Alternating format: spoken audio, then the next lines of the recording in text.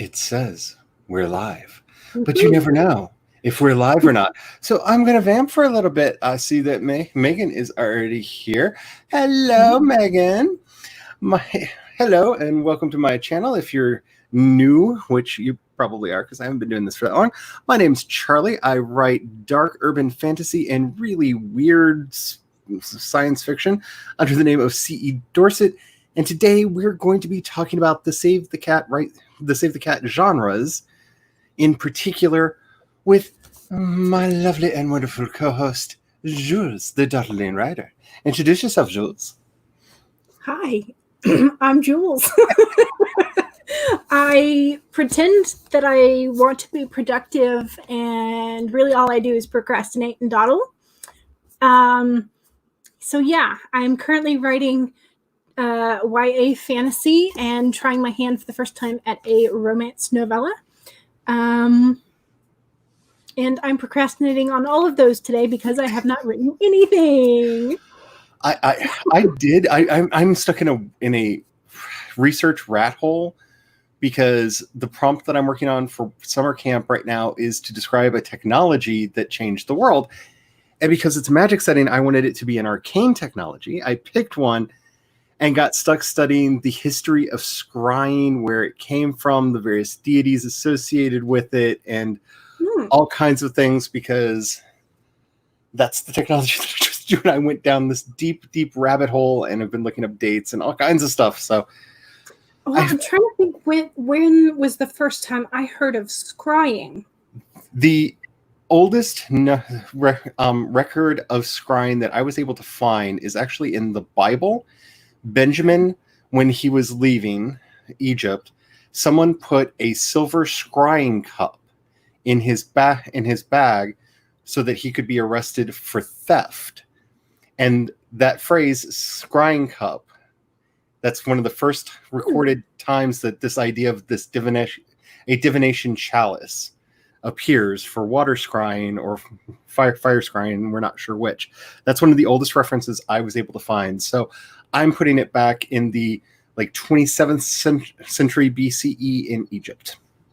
And that makes me wonder if, because it was a cup and specifically silver, was it because of the reflective properties of silver when it was hammered flat that you could look into a reflection, or was it because they usually drank something that was more of the hallucinogenic side?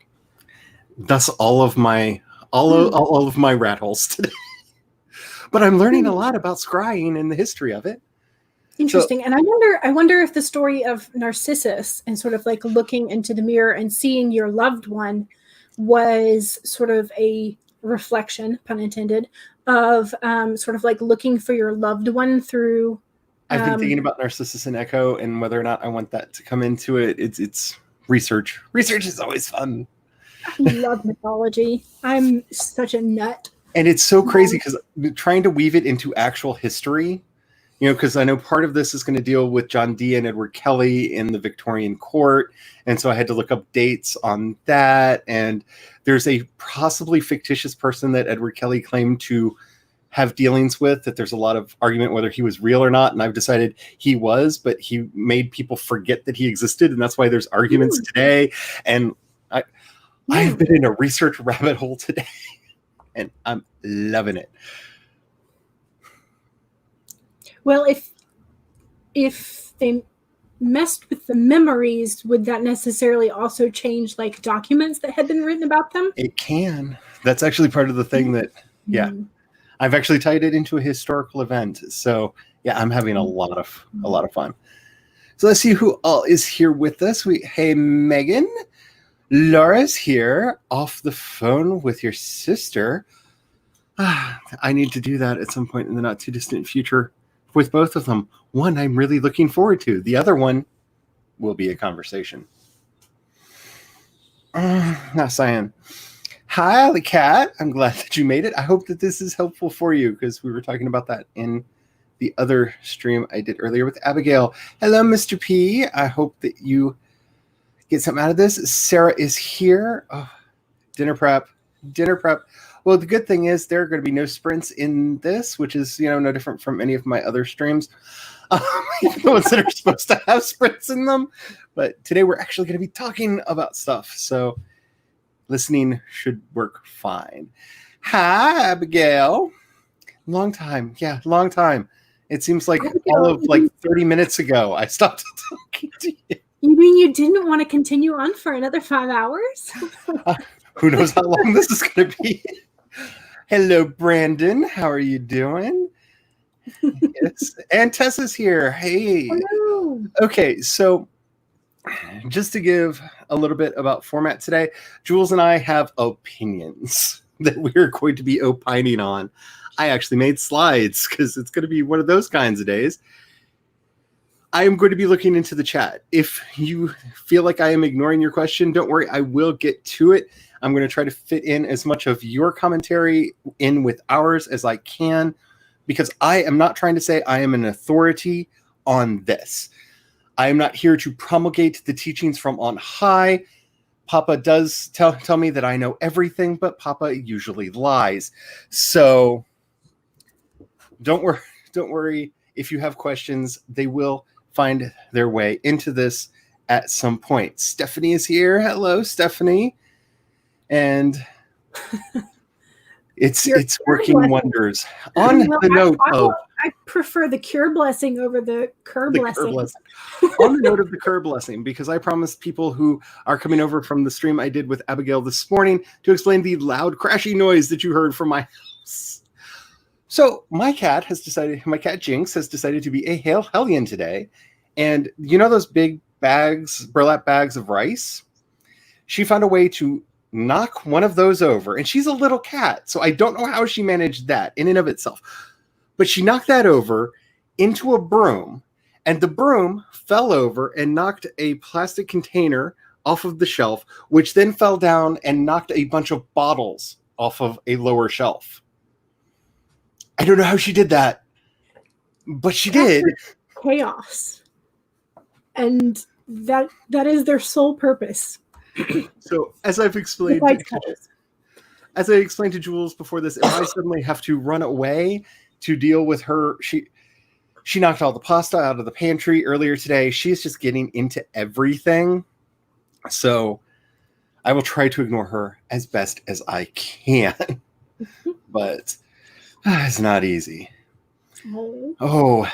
Thank you. Well, I have been told that I was cursed as a small child, and that's why I have the mole on my knee, that's where the devil pinched me. That's what my grandfather told me every day. And he would pinch it and try to take it off to save me from the devil's mark. So I don't know if that's true or not, but that's my grandpa's answer to that. And considering the dark and sinister stuff I write, he may not have been wrong. All right. Well, as for me, when I was very young, we lived in Florida, and our tornado passed over the corner of our yard.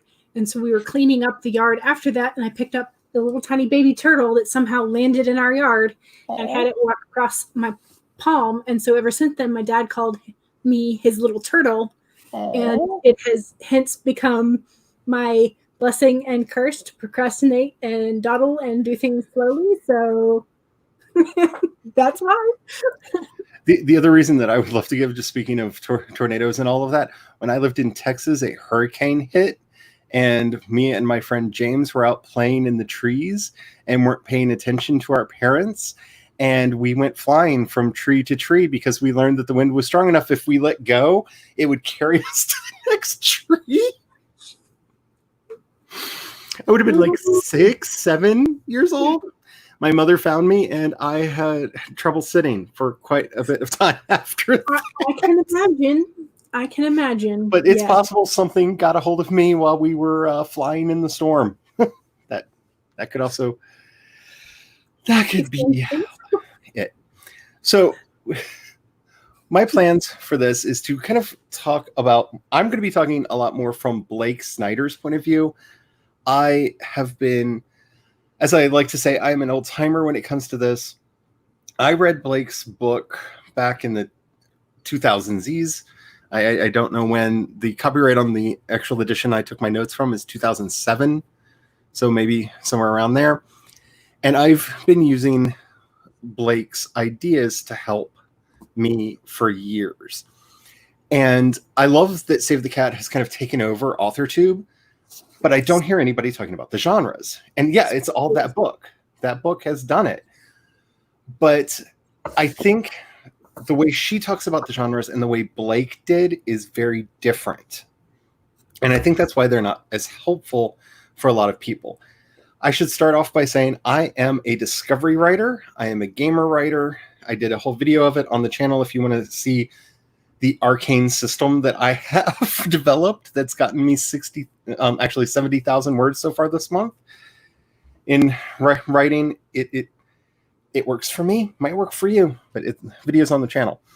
And Blake's methods have helped me keep myself focused, especially since I don't know where the story is necessarily going.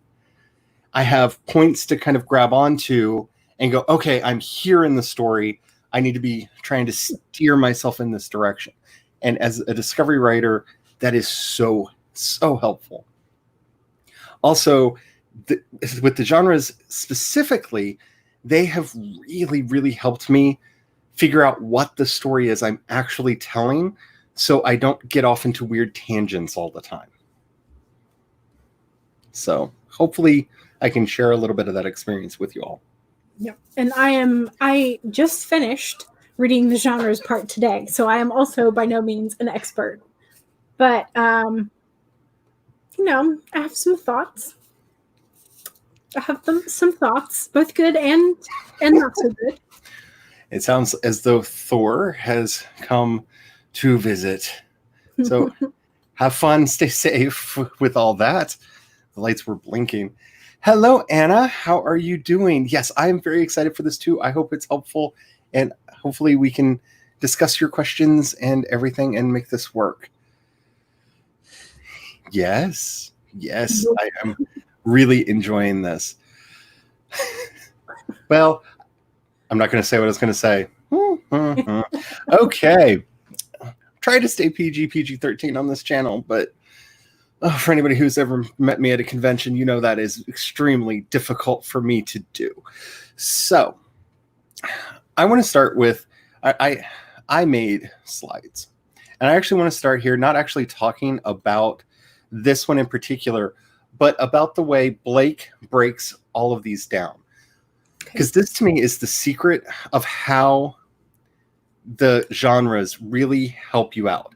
Every genre, and when Blake initially proposed this in Save the Cat Goes to the Movies, he argued that these are the genres of popular entertainment and thus can be applied to any genre you actually want to write to. It's just, if you're writing this kind of a story, these are the things that most people care about, and this is the basic through line that you want to look for. And from a lot of my experience, that helps in the writing to be thinking that way. It helps keep things streamlined. So you'll notice that there are three. I wish it would show my mouse when I moused over it so I could highlight things better. If you have the shared screen be full screen, it shows the mouse. Oh, does it? We disappear. Oh, okay. I might do that in a minute. Let me try that. Just for a second to see. Tell me if this. Your mouse. Do you see my mouse? Yes, I see your mouse. Okay. So what you see over here is the three parts. Everyone will have three different parts, and those are the moving parts that make the genre work. Then we see here is the log line that brings those three parts together into a story. I find that, for me, really helpful in figuring out what in the world I am working on, because a lot of times my initial thing is just an image. Okay, there's these three statues with some candles around them. Go. That's not a lot to go on. So I will often do a zero draft to see if characters and settings starts popping up, and then kind of look at it and go, which genre is this, to start pulling out more information so I actually have something to write from. So we're going to be talking today a lot about the three different aspects of each genre and the log line that comes out of it. And I don't think I don't remember her discussing them this way in the book. So she has the 3 points. But she doesn't necessarily have the log lines as obvious. And it seems like she may have disagreed with a couple of things, because specifically the buddy love log line there, the emphasis seems to be, it says the inadequate hero must rise above the extremely difficult situation to be with a uniquely unlikely partner. That does not seem to be a necessity in the Save the Cat Writes a Novel, because it's the companion seems to be, or the counterpart person seems to be just the one who brings about the change in the hero. Okay, so she's looking at them. Yeah, she's looking at them more as an impact character. Right. So the meeting of that counterpart is the catalyst of the story, and they are sort of like the impetus for change. Let's pretend this is a writing 101. For anybody who doesn't understand the term impact character, help me make sure I'm defining terms. If I use a term that anybody doesn't know, make sure to say something about it. The impact character is the character that literally has the most impact on the main character. They can be the foil, they can be the antagonist. Sometimes those overlap. They can be their best friend, but they are the one character that just the one that has the most impact on them. In most literature and contemporary fiction, that's one of the more important characters, because you don't necessarily have a villain and antagonist or anything like that to move the story along. So just to make sure I want to be very clear on language today. Abigail in the chat. So where did it go? Somebody said, I love how this chat just does things on its own sometimes. Mm-hmm. There it is. So Anna says, my problem with Save the Cat method is trying to make it apply to a 5 POV multi-timeline. Okay. Here, I write multi-POV all the time. Here's my thing on that. Use the beat sheet for your main or central plot, regardless of character. The beats should just cover the plot of the novel. They don't actually have to be the plots for the character.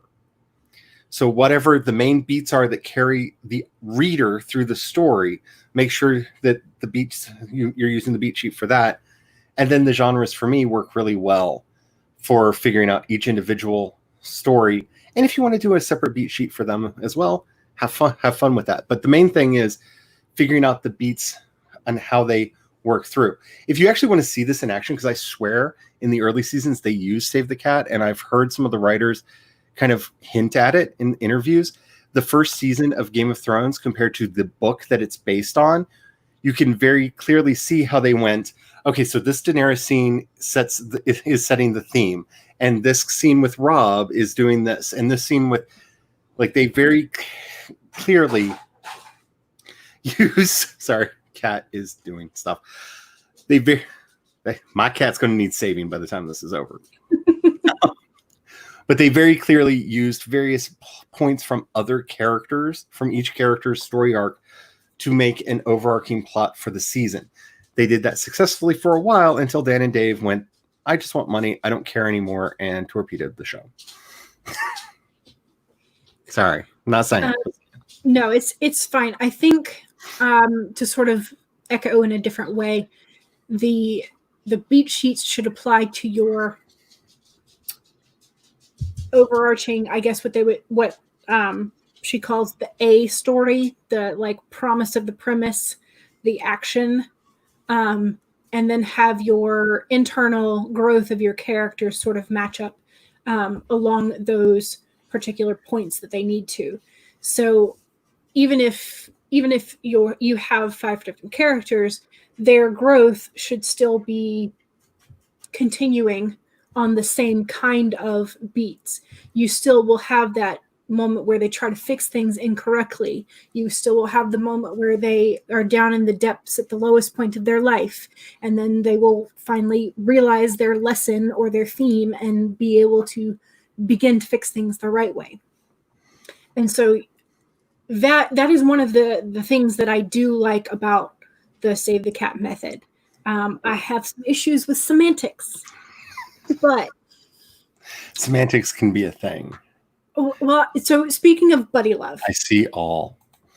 Yes, speaking of buddy love, so she spends like the first, I don't know, the first chapter is all about the hero.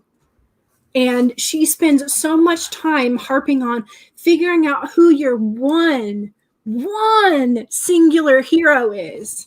And then you get to buddy love, and she's like, oh, and by the way, if you have two equal heroes, this is called two-handed. And if you have a love triangle, it's called three-handed. I'm like, what just happened to your one hero thing? What just happened? So, coming from the long and proud tradition of speculative fiction, I would like to point out your hero can be an idea. Your hero can be a theme. Your hero does not necessarily have to be a person. If you've ever read the Foundation books, the hero is psychohistory. That's the hero of the book. The characters are all acting as instruments of that hero. If you've read I, Robot, and basically anything by Isaac Asimov, you've read an idea as hero story. And that's where I think a lot of modern writing has, especially writing advice, has gotten very character-centric.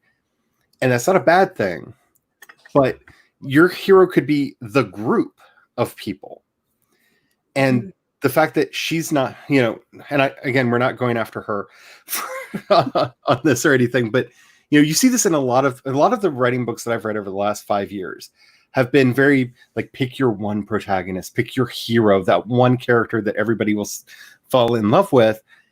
And honestly, while I'm not going to talk too much about She Who Now Shall Not Be Named, I think that's because of like Harry Potter and Percy Jackson and books like that that set this tone in the industry. Because remember, these people are talking in the industry, these huge sellers that happened, that have your Katniss Everdeen's, your one character. I wonder if that's because those were initially marketed towards a younger group. And those were all specifically stories that, like, they were kind of chosen one stories. And there was something super special about this young teenager. And so that sort of like, I am special, I am amazing, sort of shifted.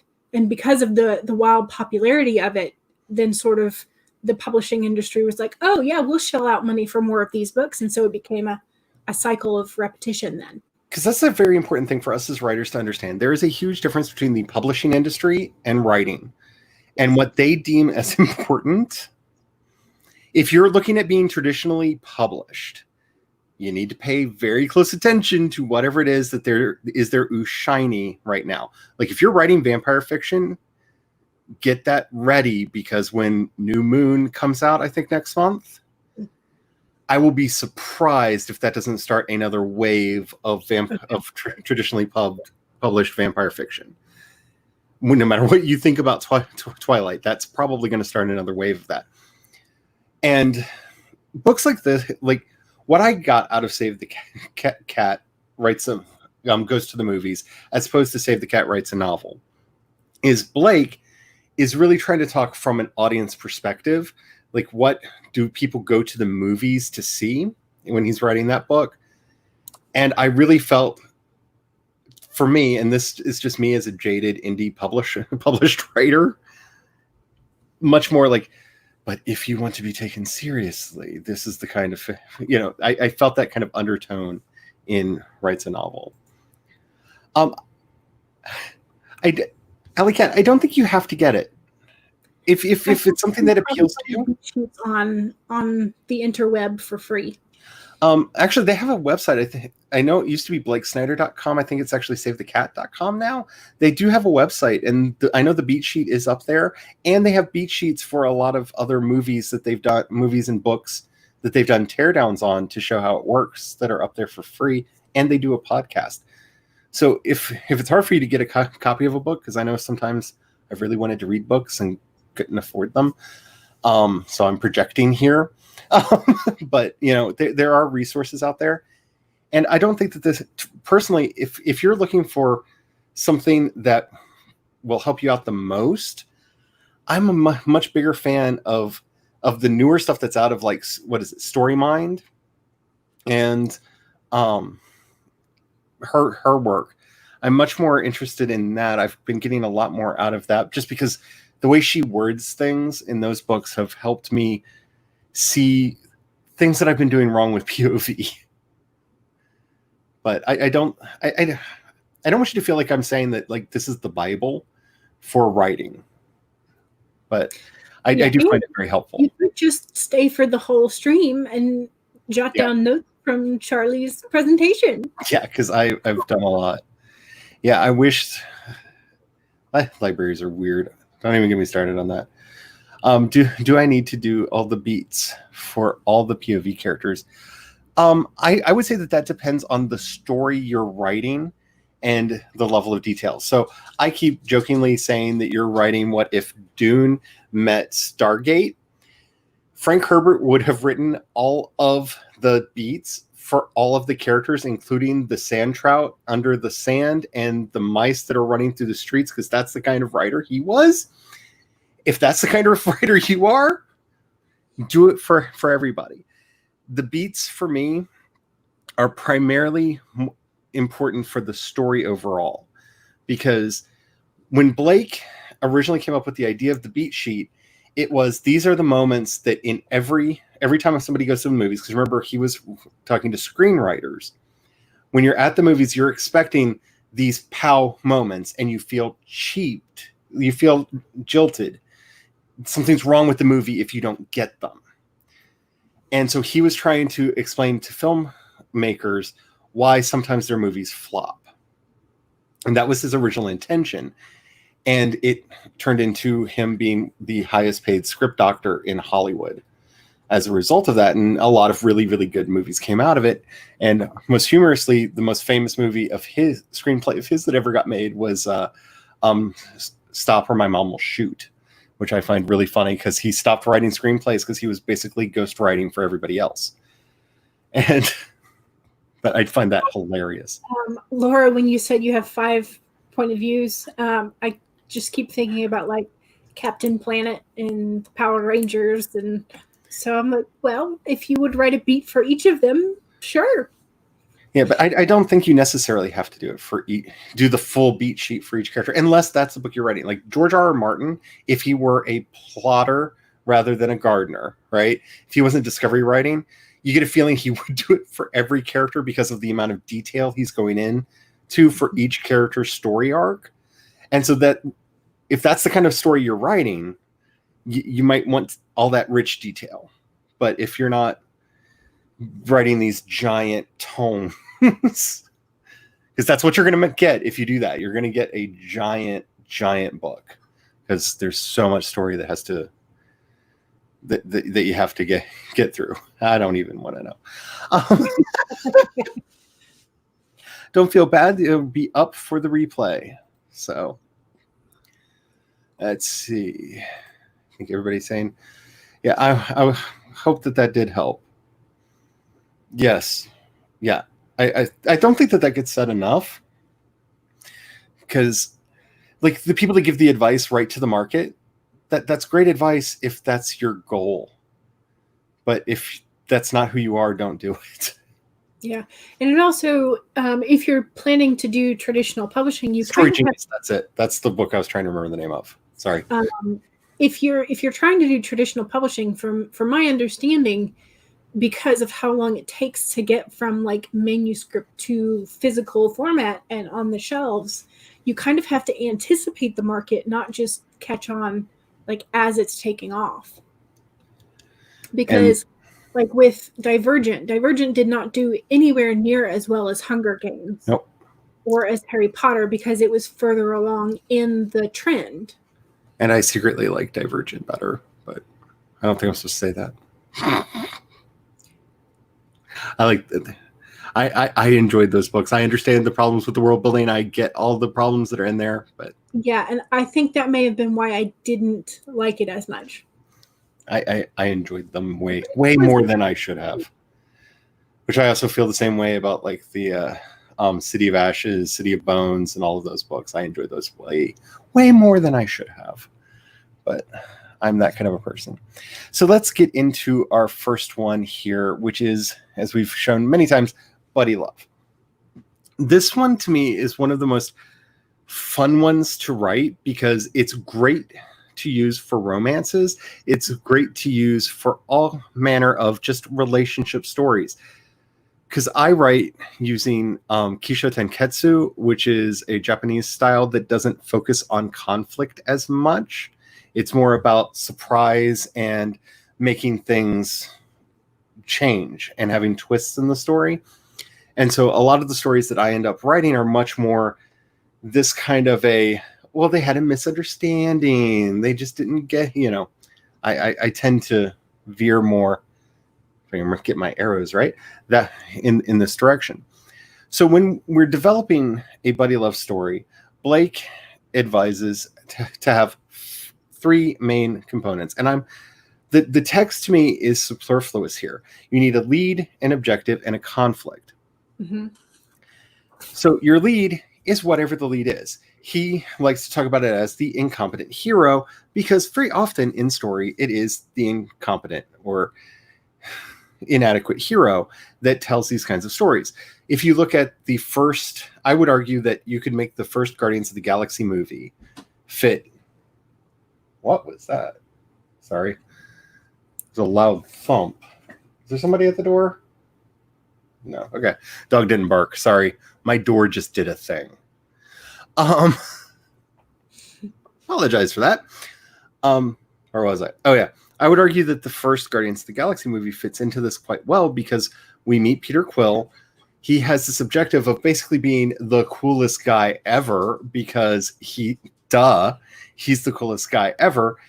And the conflict is nobody sees him that way.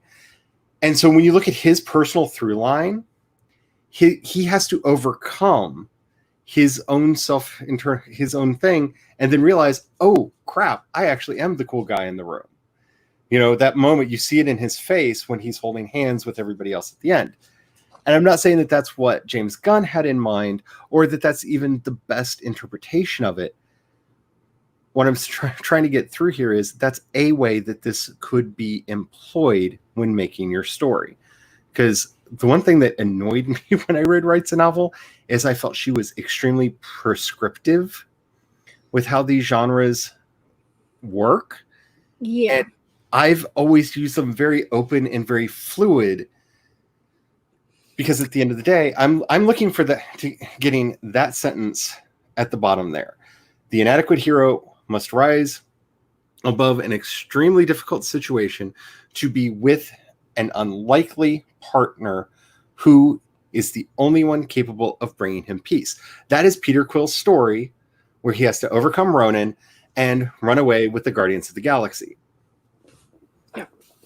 That's an interpretation of it. And she uses incomplete hero, counterpart, and complication as the main buzzwords rather than lead, objective, conflict. So I don't know if that was her. These are quotes directly from Wright's a Movie. Right. And so she's just sort of, I don't know. I think it would be,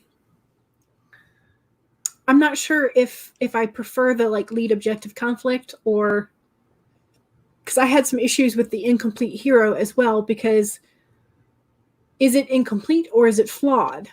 The incomplete seems like you require the other person, which in the buddy love may be true.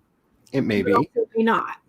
The way Blake likes to talk about this is especially in a buddy love type story. It's one of the reasons why I used the Guardians of the Galaxy as my example here. Because one, I felt a lot of people had seen it, but also it shows that everyone is kind of a piece of a puzzle, but they are very much their own person. They are not codependent on each other, except for maybe Rocket and Groot. Um, they're not really codependent on each other. They have their own sense of identity. But when they come together, it makes them better than the sum of their parts. Right. They as a whole are more than the sum of their parts. And so I like the term, personally, I like the term incomplete, because to me, that's like Voltron. A lion is strong by itself, but together they can pull out their flaming sword and cut a roe beast in half in one strike, which they should have done from the beginning, because we all know that's how the battle's going to end anyway. But I digress.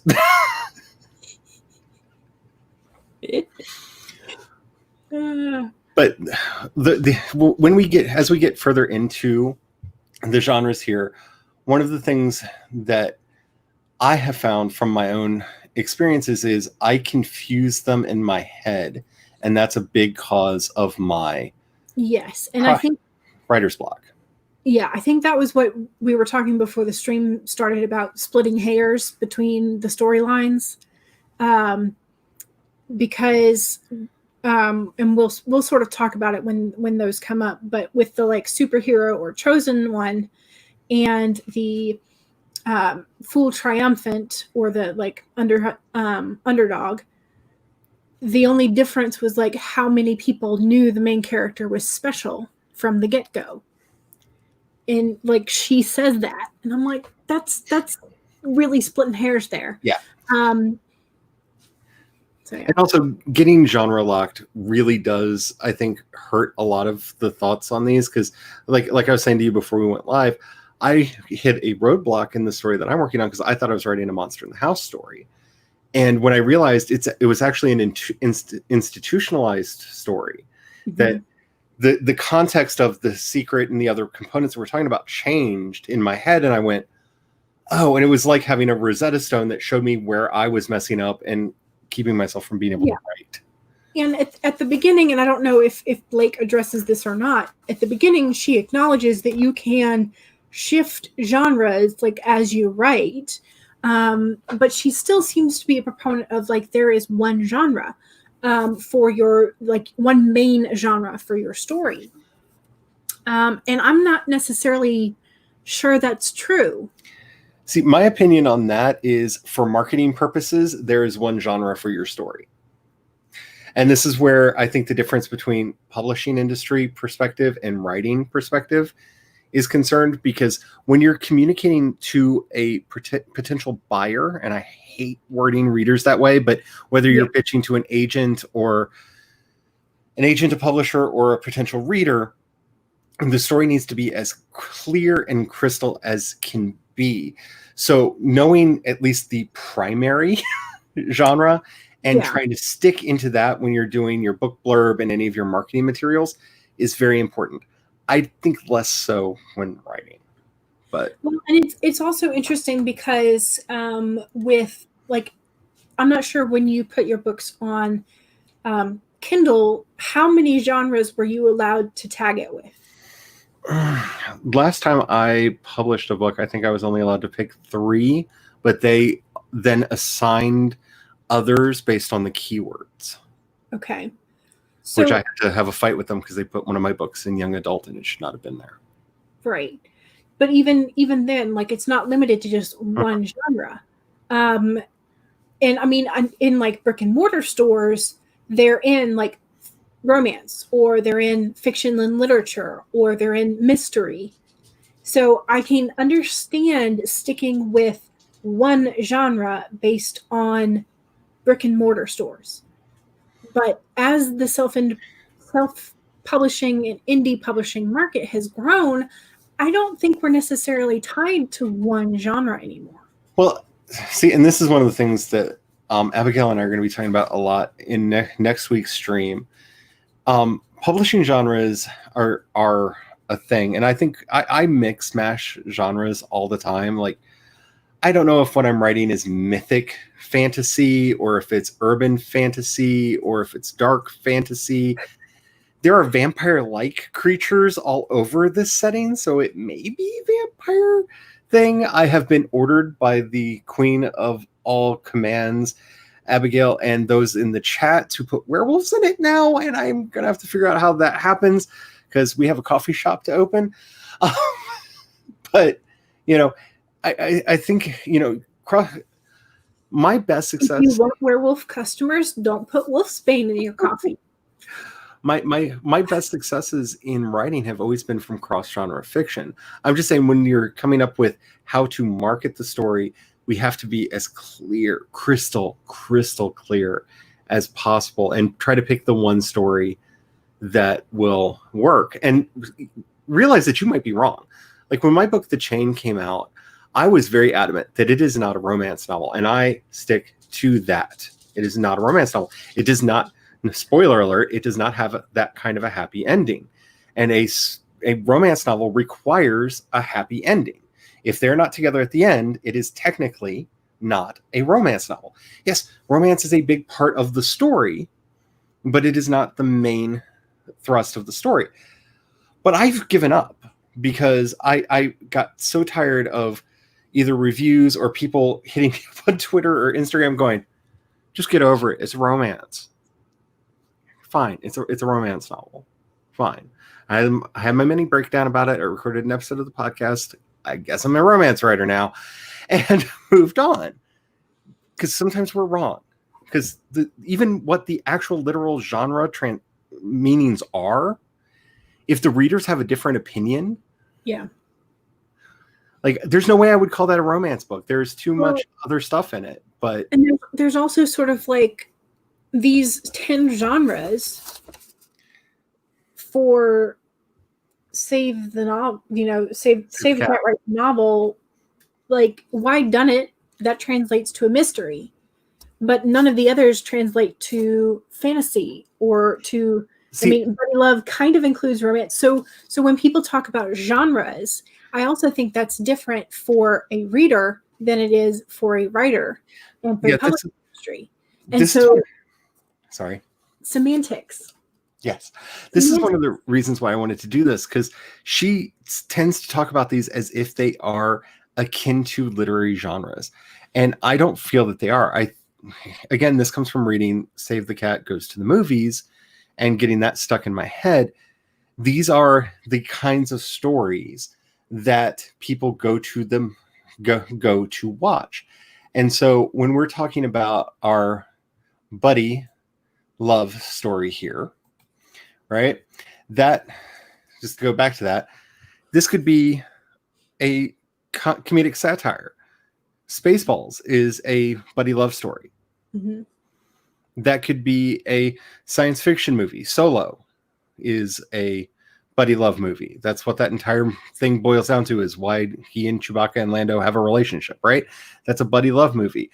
This could be an action movie, or what would have been called a thriller when it came out, Lethal Weapon, which the story's not actually about the crime, at least in the first movie. It's the relationship between the two protagonists that make it up. But this is intended to be the story type that goes into that then gets clothed in whatever genre that you're talking about. And I may have more of that perspective on this because, do I have it over here? I probably do, because I always have it near me. Yeah, here. Is that it? Yes. So this is my absolute, if you are a world builder, if you are writing anything that you would consider epic in scope or scale, this is Stealing Fire from the Gods by John Bonnet, or Bonnet. I have never heard his name pronounced out loud. And some earlier editions of the book had the diacritic over the E, and the later ones don't. So I don't know if it's Bonnet or Bonnet. I just don't know, because this has come out in several editions. This is, if you're into the monomyth at all, mm-hmm. He basically takes that and shows you how to use it to construct an entire world, and then to zero in and pull a story out of it, so that you can replicate the experience of an oral history for the story that you're writing. Gotcha. That's the purpose of this. And one of the stages in here is, once you've done this, it's putting the genre clothing on it. He goes into great detail about now that we've gone through, right here in the story alchemy section, and once we've gone through and figured out what our story is about and the major themes and characters and how it fits into the grander narrative, now we bring out our genre tropes and those things that, okay, so it's a sci-fi, so what are the spaceships and ... that we need for that, and put that in there. So this, again, if you can't tell, that it's so beat up and abused. And this is actually my third copy of this book. My first copy fell apart. The second copy is back in my office. This is my third copy because this is the second edition that came out, and they added a lot of really good new stuff to it. But yeah, I'm starting to realize from my conversation with you that this book has colored how I look at genre, in that literary genre is not necessarily an afterthought, but I'm focused on story and character first in a lot of the work that I'm doing, and then figuring out how does that inculcate itself into the world? How does that come into this world with all of the spookiness and whatever, like, especially for the world I'm currently doing, that it needs to work. And I think part of my thing is that I often think about genre first, because probably because, like, in school where they're talking to you about literature, they're like, this crosses this boundary and this boundary and this boundary, and it goes across all of these. This is like the first seminal feminist book, but it's also this, and so all these like cross genre works, and of course, as like old dead canon, they're crap. And so I don't like them. And so I'm always like, I want a fantasy. I want a romance. I want a real sci-fi. Like not one of these like cross genre like crap things. And so I think my filter comes from those experiences. And that's a personal problem that I need to take care of. Oh, this is exactly why I wanted somebody who had a very different life experience from me in here, because hopefully between our two different worldviews, it's helpful to the people that are watching. Okay, so just a quick sort of side note. What are your feelings about Kate Chopin's The Awakening? I have not read. Okay, so that's one of the American like seminal literature things that they put into American literature class now, along with Ethan Frome and like all this other. I hate American literature in class, like in academic settings. I hate it. But so essentially, spoiler for any of you who has not. Just a side note real quick. I love Ethan Frome, but because of the meta narrative of what happened around the writing of it, and has nothing to do with that book itself. It's everything that happened in the various writers' lives around that book. It should be the actual novel. Sorry, continue. Yeah, no, but it's so Kate Chopin is like put forth as this great seminal feminist writing, and it's this unhappy wife and mother, and she has a lover on the side, and she is unhappy in her marriage. She doesn't want to be a mother. She doesn't know how to be a professional woman. She's not willing to leave the comfort of her home to adventure into being a professional. She's not willing to leave the comfort of her home to be and risk being with her lover. She doesn't want to like have the stigma of being a mother who abandons her children. So what does she do? She walks into the ocean and commits suicide. Oh, joy. I'm like, that is the ultimate in feminist uprising. Go commit suicide? That? I may have actually read that, but not realized it. Isn't there a Virginia Woolf book that ends like that? There might be. When you said that, I was like, I thought that was a Virginia Woolf book, because I think I'm thinking of me. I don't know if I'm thinking of that. I have read a book that has very similar contours to that and that definite ending. But yeah, I thought it was a Virginia Woolf. Those kind of like those stories that are put forward as like the ultimate as in this genre and in this genre, and it's the first of these, and so it's put forward as all these critically acclaimed across so many genres, and I just felt disgusted after reading them. Yeah. I'm like, why would I want to write something like this? There is only one ultimate. There is only one penultimate when it comes to genre, and that is the Silmarillion, which is always next to me. It is the only thing that will ever be true for, because everyone who's tried this since has either been copying this book or the Gods of Pengu. And if you know the Gods of Pengu, I love you. You are one of the rare ones. But I didn't know that one, so yeah, because Gods of Pengu actually predates this by, I think, 60 years. Ooh, okay. But I was looking at my Tolkien scrapbook out, but it's like under about 8 different other books, and I was like, I'm too lazy. No, it's not a Tolkien book. It was written by Lord Dunsany, and it was his attempt to write the religion of the people on the moon. He wanted to create a mythology from scratch that did not rely on any previous mythology. And it's often credited as being one of the first attempts at doing mythopoeia, of writing your own mythology. It's available on Project Gutenberg for free. So does it predate then Tolkien's Silmarillion? Yes. Okay. Yeah, if I remember correctly, it was published in either the early 19-teens or in the late 1800s. Okay. As most of Lord Dunsany's work came out in the 1870s, I think. Okay, because when you said Silmarillion, my mind went Tolkien. Yeah, well, this is the Silmarillion, but prior to this, there was the Gods of Pengu, which we would not have H.P. Lovecraft if it were not for that.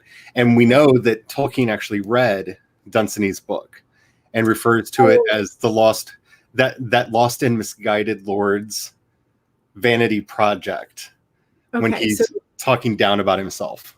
Gotcha. So the Gods of Pengu. Okay, gotcha. Yeah, inspired this. I was like, there's 2 Silmarils. So. Knowing what's probably in Tolkien's boxes, there may be 20 Silmarillions. So Laura's got a question. I'm trying to keep my main character not a chosen one. That can be hard to do in sci-fi and fantasy. I'm just going to say that right off the bat before I continue reading the question.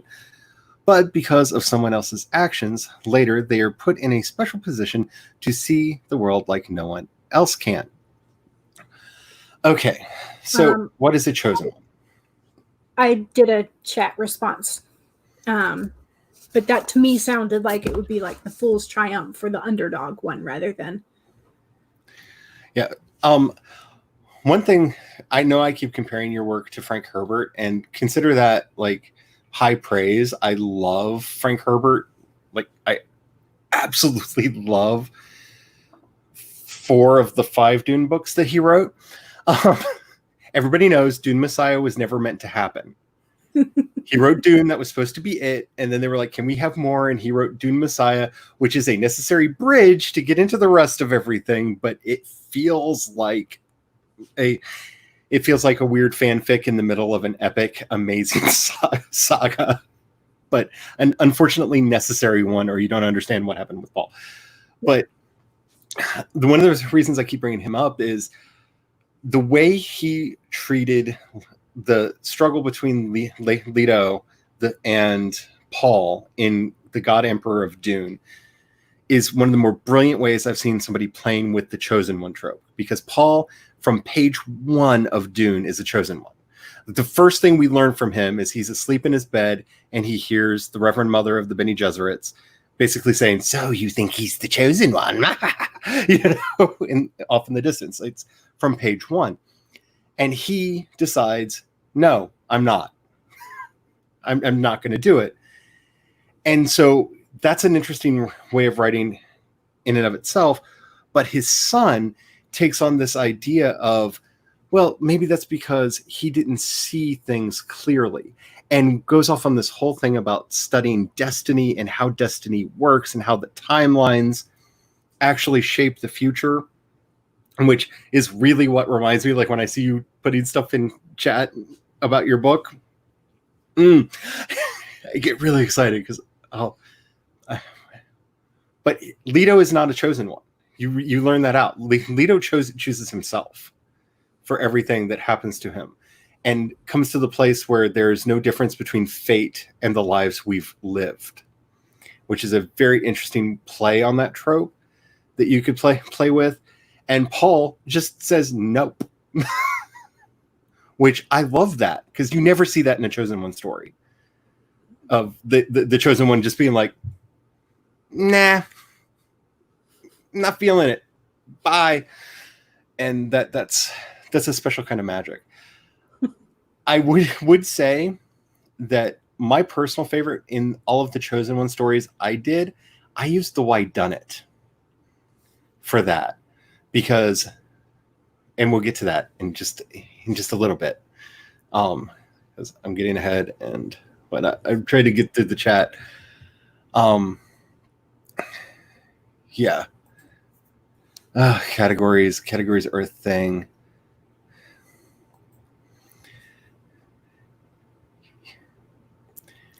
Yes, it is an amazing. I love that book. I really do. I like a lot of Lord Dunsany stuff. If you're into early history of horror, he whoops, wrong button. That's all me. No, nobody needs that much Charlie. Okay. So, Dude with a Problem. This is virtually every action movie, every story that we have ever had in that genre. You have your lead, your conflict, and a knockout ending. That's all you need to tell this kind of a story. And this is how they can start interplaying. One of the really lovely things about how Blake set these up is our lead and our conflict may be the same as from Buddy Love, but notice we now have this need for a knockout ending. A life or death battle is at stake. We add that in. Guess what? We're now doing both. And that's how a lot of these can plug and play when we were saying that you could do multiple at the same time. Because I don't know how many people are actually familiar with the genres themselves. So I'm actually, before we start talking about them, let me just flip through them really quickly to make sure everybody here at least knows the basic ones that I was going to be that I did things up for. So the full triumphant, notice we have the same three as before: our lead, our conflict, and our knockout, but how they get played out is different. The lead here is a fool, somebody who should not be where they are. The conflict is with an establishment, and the knockout is a change. Something about them will change. This is a Gulliver's Travels kind of a story. Any number of tales work in here. And interrupt me if you have any additions that you want to put in. So with a full triumphant and with Dude with a Problem, they sort of appear initially as like not prepared for what happens to them. Yep. Whereas in the chosen one or superhero version, like they know all along that something big is coming, or they know all along that they have to make this journey or gain this certain prize or something. And I have to say, to me, chosen ones are over. Try not to write a chosen one unless you have an ironic or a spin on it. Unless you're really into it. If you're really into it, go for it. Do you? I am all about people like writing their stories, but I have seen way too many audience surveys coming back in that list chosen one as like in the top 3 least favorite tropes that just needs to go away. And I'm not just talking about like the Kate Kavanaugh video.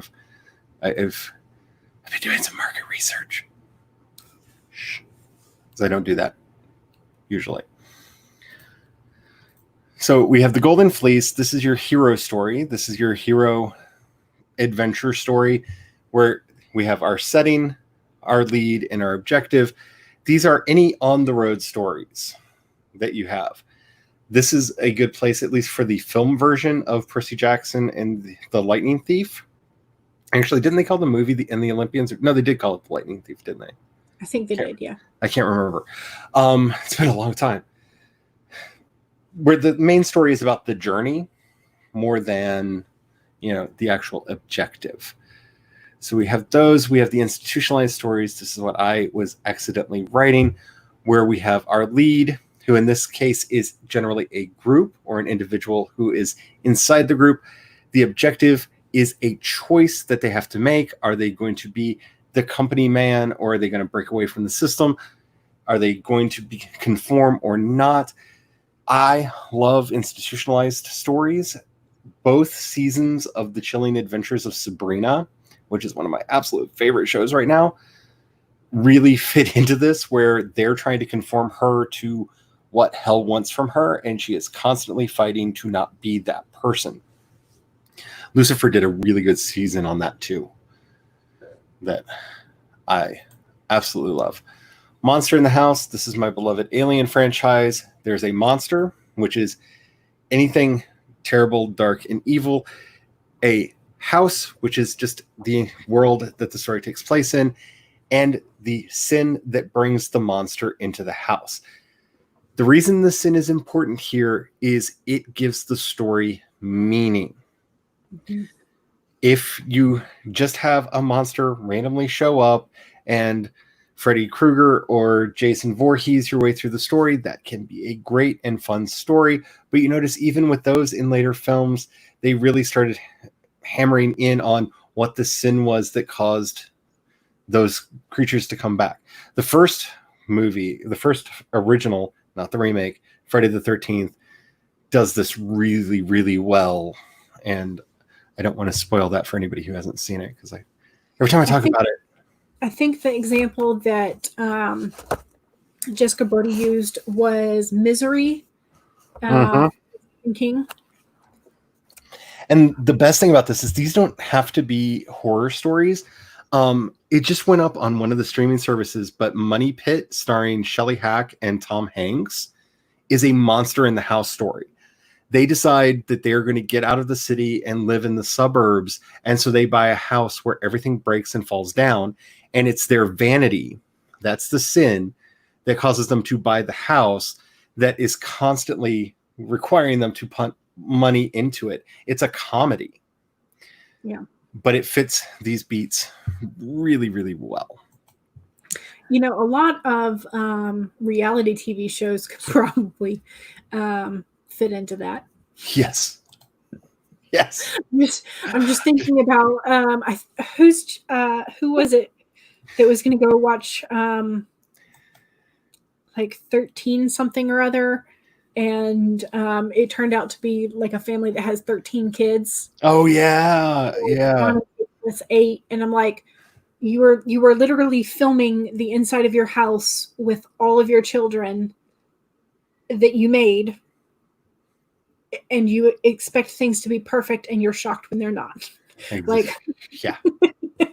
It's literally that reality show in a bottle.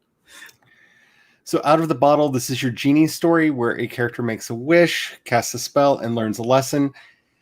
My favorite Out of the Bottle story, as far as a movie goes, and I'm trying to use movies because I feel like it's easier to get everybody on the same page and having seen them, is Legally Blonde, where she makes a wish that she is going to be with her beloved forever. She casts the spell, which is all the work that it takes to get her into Harvard, and learns the lesson that she doesn't need a man. She needs to be herself.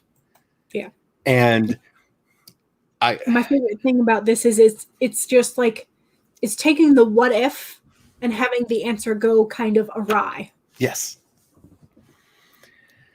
Yeah. I'm a big fan. And you know, the most famous would be either the original or the gloriously campy Brendan Fraser, what was it? Bedazzled, I think it was called.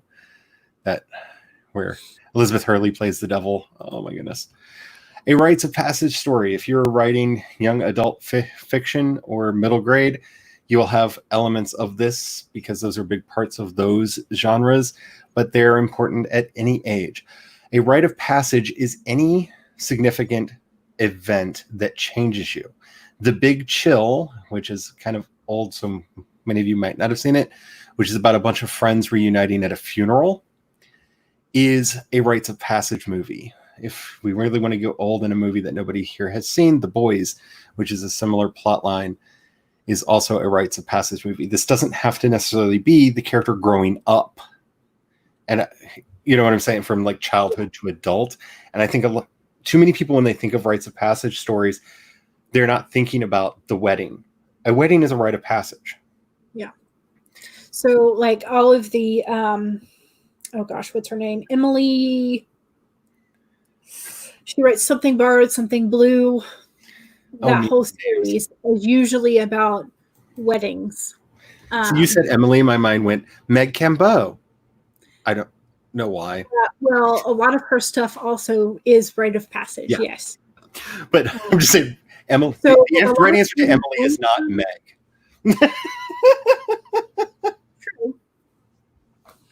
True.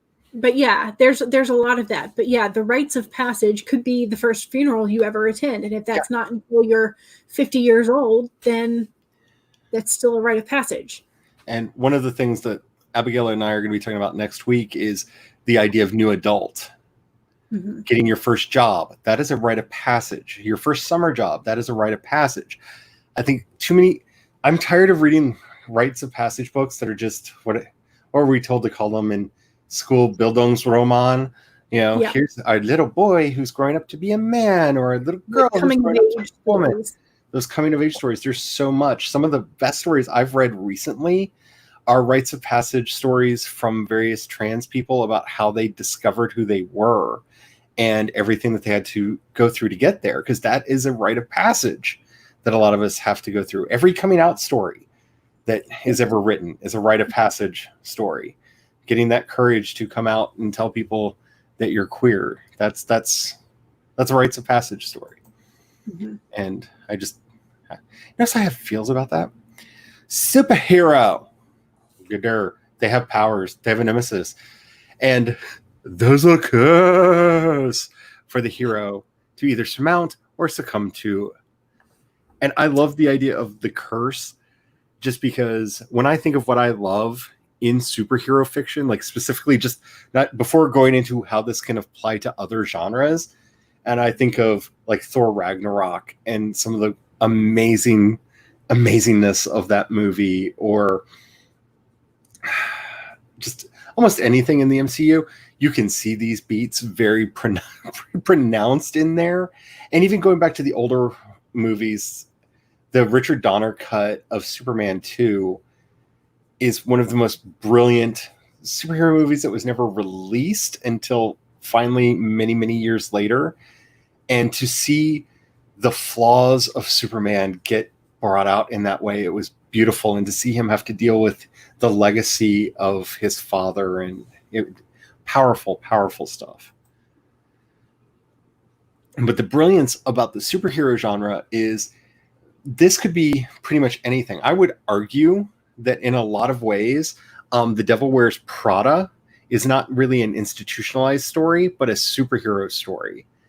In that the person that she thinks is her mentor, she ends up realizing is her nemesis, and then realizes once she breaks the curse of wanting the fame and everything, then she becomes her mentor again.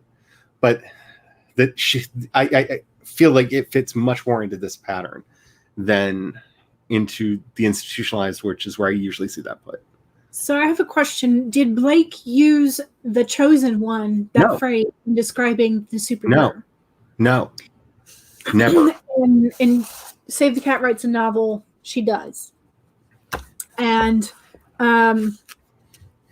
we can talk about it later, or we can talk about it now if you want. We can talk about it now. I just realized I don't know how many people here are familiar with the genres, and I just wanted to breeze through them really quickly. So let me just finish, because there's only like one or two. I think there's only one left. Yeah, the Why Done It.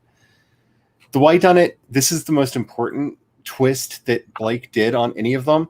Nobody cares who done it. They care why it was done. Yeah. And this is why the Harry Potter books were successful.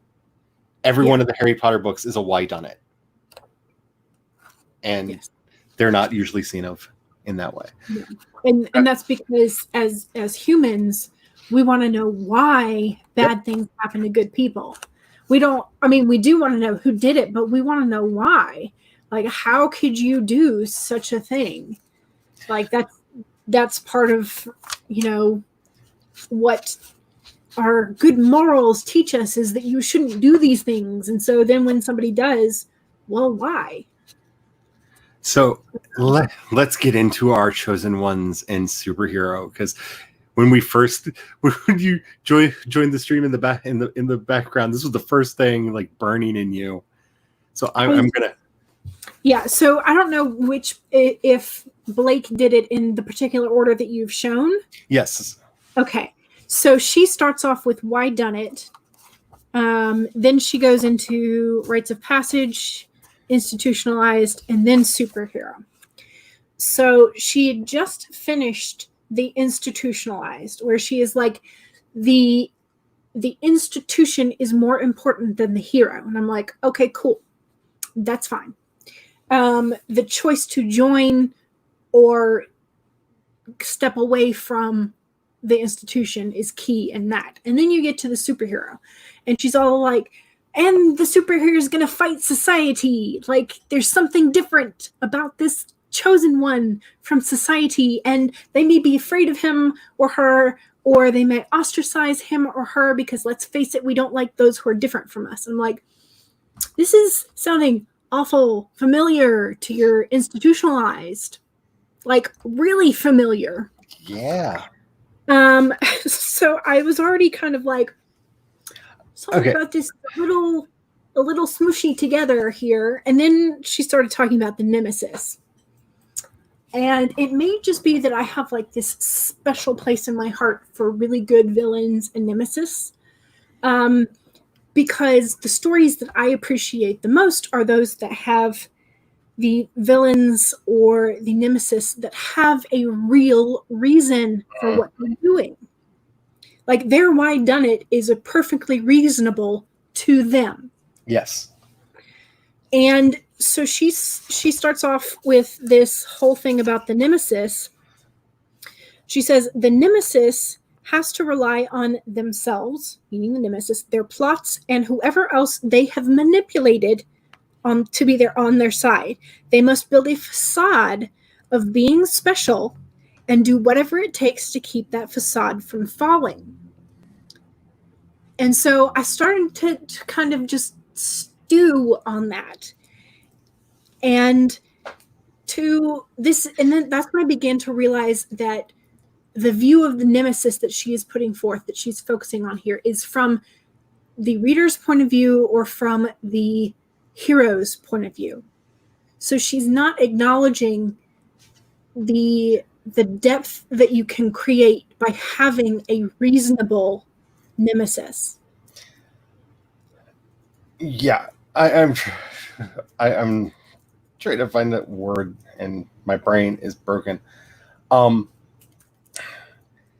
of the things that that bothers me about how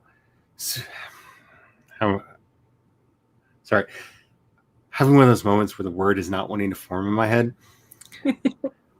I know those moments very familiarly. The oversimplification of the superhero into being just a cut and paste carbon copy of what I think, especially before the MCU, everybody assumed superheroes were, is what's really stepping in on me there. And I'm trying to, it's not stereotyping. There's a word, because it's not stereotype and it's not archetype. There's another word, and it's not coming to me.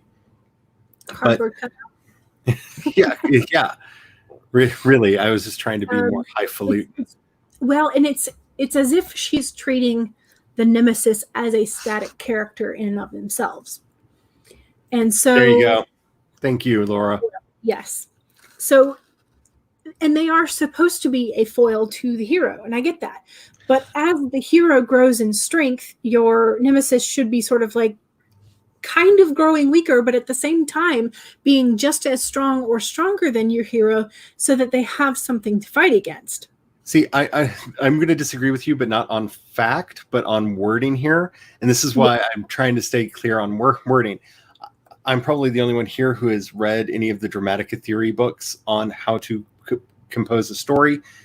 They actually posit the foil as basically the paper tiger villain that the hero goes up against. And usually, so like if you're playing a Final Fantasy game, the first villain that you think is the bad guy, but is just being puppeted by the real bad guy, or yeah, that they are literally the foil because they're the one that gets torn through to get to the actual story. So when I hear foil, it's that flimsy cardboard, not even the real threat in the story. Yeah, and that's where I think one of the things that she does that was also kind of niggling at the back of my brain and irritating me was that she uses the literary analysis terms incorrectly. I wasn't going to say it, but so she, and that is coming from an academic background. And so the academic background, the use of literary terminology, and the popular world for like movies, screenwriting, whatever, they use the same terms, but they use them differently. And so she is using them more along the side of the popular, like screenwriting and whatnot, because I'm sure that also comes from Blake. Yeah. But from a academic reading standpoint, like coming to this novel, if you are coming out of school and like you're like, okay, I've read all these classics, I want to write my own story. I want to write a better classic than what the classic canon crap is. And you're coming to it with all of the knowledge and the terminology that has been stuffed into your brain from academic setting.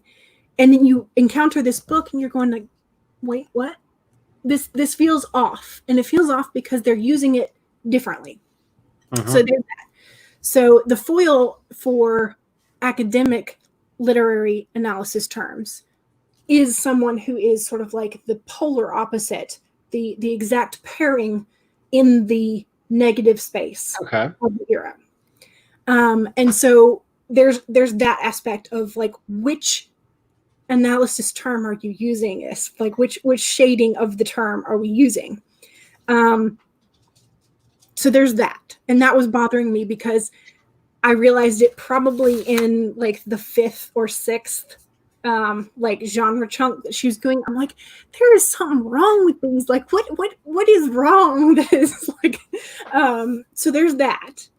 But there was just something about her analysis of the nemesis and how they were always self-made. Like she made sure to emphasize that the nemesis was always self-made, whereas the superhero was just magically powerful. And I don't know if that's always accurate. I personally don't think so. Yeah. And I think that was what my problem was with her analysis and putting the nemesis as always self-made, always driving to prove that like maybe they're the chosen one. And I was like, that's not always the case. In some Chosen One stories, I think that's very much the case, but those are few and far between. And like the fact that when I'm thinking of like major motion pictures, because there have been so many Chosen One stories that have come out lately. What was it? Shrek 2 with fairy godmother's child who is like, no, I'm the all holy and you should love me. That kind of that character, and kind of the way you feel about Loki in the first Thor movie, but never again after that. Yeah. And I can think of a lot of other Chosen One movies in between, and those are the only 2 examples that are coming to mind of that kind of a character. Yeah. And it may just be that I am sort of blending things like the superhero and institutionalized, in where if the hero, whether he's a superhero or not, the chosen one or not, is going up against something like an institution where you have the quote unquote company man, or the one who really believes in like this greater cause, that person or that character is going to believe that they are utterly doing the right thing. Whereas so's the chosen one. See, to me, the difference between superhero and institutionalized is in the difference in the knockout. The institutionalized has this sacrifice ending. And whether that's sacrificing, like, again, I'm going to date myself with some of my movie references, and I apologize for that, but I am who I am. But like at the end, and sorry for spoilers for any of the movies that I'm about to mention, but at the end of The Devil's Advocate, when our character has to decide whether or not they are literally going to side with the devil or not, that kind of sacrifice moment is the best sacrifice moment in fiction recently was for me in Infinity War. Yeah. And a close second in the way it played out in Endgame, because they made you care about the characters. But sacrifice isn't always about getting something good or getting something bad. And that's something that gets me when it's like, but there's so much you have to give up to get this, that, or the other. Sometimes sacrifice is just a requirement of life, which is why I think those movies, I love it because it's never explained. Like, well, are they sacrificing themselves to the stone or to the thing that's holding the stone? It doesn't matter. Nobody cares. It's just the way it is. Yeah. Because that's our experience of life. Whereas when we're over here in the superhero, we're talking about this curse, this thing that must be either surmounted or succumbed to. The difference between a curse and a sacrifice is a curse is put on you. A sacrifice, at least from this perspective, is a choice you have to make. Kal-El did not decide to come to Earth and get superpowers and have to figure out how he's going to deal with humans and alien invasions and all of that, right? Superman was cursed with those powers, whether you want to phrase it that way or not, right? And so the first story you always have to tell in those kinds of like true superhero stories is how they deal with that. Peter Parker did not choose to be bitten by the spider any more than Harry Potter chose to be marked by Lord Voldemort, right? But all of those superheroes, well, what about like Erin Brockovich? That's a superhero story because she did not choose to be in the situation that she was in. It was a curse put upon her. And for me, the biggest difference between institutionalized and superhero that I didn't see in the Writes a Novel book is this question of choice. The superhero doesn't get the choice per se. Well, but then it starts to get into the dude with a problem. Okay, so dude with a problem. Because the dude with the problem has the problem thrust upon them, dragged into a mess without asking for it. And to me, the difference here is we're generally in a dude with a problem story. I'm sorry, this is again me just being me. When I think dude with a problem, I always think of Dude, Where's My Car? As a reference, because it's the perfect thing. There is no nemesis. There is no curse. There's just, dude, where's my car? It's an innocent hero with a problem. Now, the life or death battle at the end. One of my favorite dude with a problem movies is oh crap, everything just shot out of my head. Empire Records. You get the problem set up, and every character in there actually has a dude with a problem storyline, which is one of the things that makes that movie so magical, because they all have their problems and they're all different, and some of them are very serious and some of them are extremely silly. And it has young Liv Tyler in it, and it came out at just the right point in my life to make me completely fall in love with that movie forever. But the life or death thing is, are they going to get to keep working at the store that they work at? It's not an actual death, but it's the death of a stage in their life. Right. Right. Yeah. And whereas for that to be a superhero story, that would be much more like, I don't know why my mind immediately went to Ramen Girl, but my mind immediately went there. So for whatever reason, I mean, you know. one of these things is not like the other. Oh, I think it's because I'm having a Brittany Murphy moment in my life right now because I miss her movies. But you know, if you're doing the superhero version of, say, an Empire Records, then what we're talking about is much more of a all of Agents of S.H.I.E.L.D. Yeah. It's because you have to turn the problem from a conflict into a curse, or the conflict into the nemesis, and you have to have somebody actively working against them. And I'm having a really hard time of finding an analogy there. But with the superhero ones, one of the things I love about like the Disney revampings of the stories through the villain's point is because it is the same genre. It's still a superhero, but it is the shifted perspective to where the nemesis is the hero and the hero is now the nemesis a lot of times. Maleficent is so good. I got into so many fights when that movie came out, and people were like, "It's stupid. I didn't like it." I was just like, "Then you're a horrible human being." I don't think I can know you anymore. I got a little too emotionally tied up in that movie, and I shouldn't have it all. Dazed and Confused. That's the other movie I was trying to remember the name of. And that is very much dude with a problem, and kind of the ultimate dude with a problem story, because the whole point of that is our main character going to not get beaten up because it's tradition.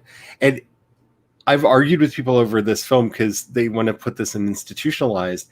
It's not about there's no institution. He's not fighting against anything. There's no sacrifice. There's no nemesis in the story. So it's not superhero. It's just he's got a problem. On this day, they beat all the freshmen, and he's got to get away.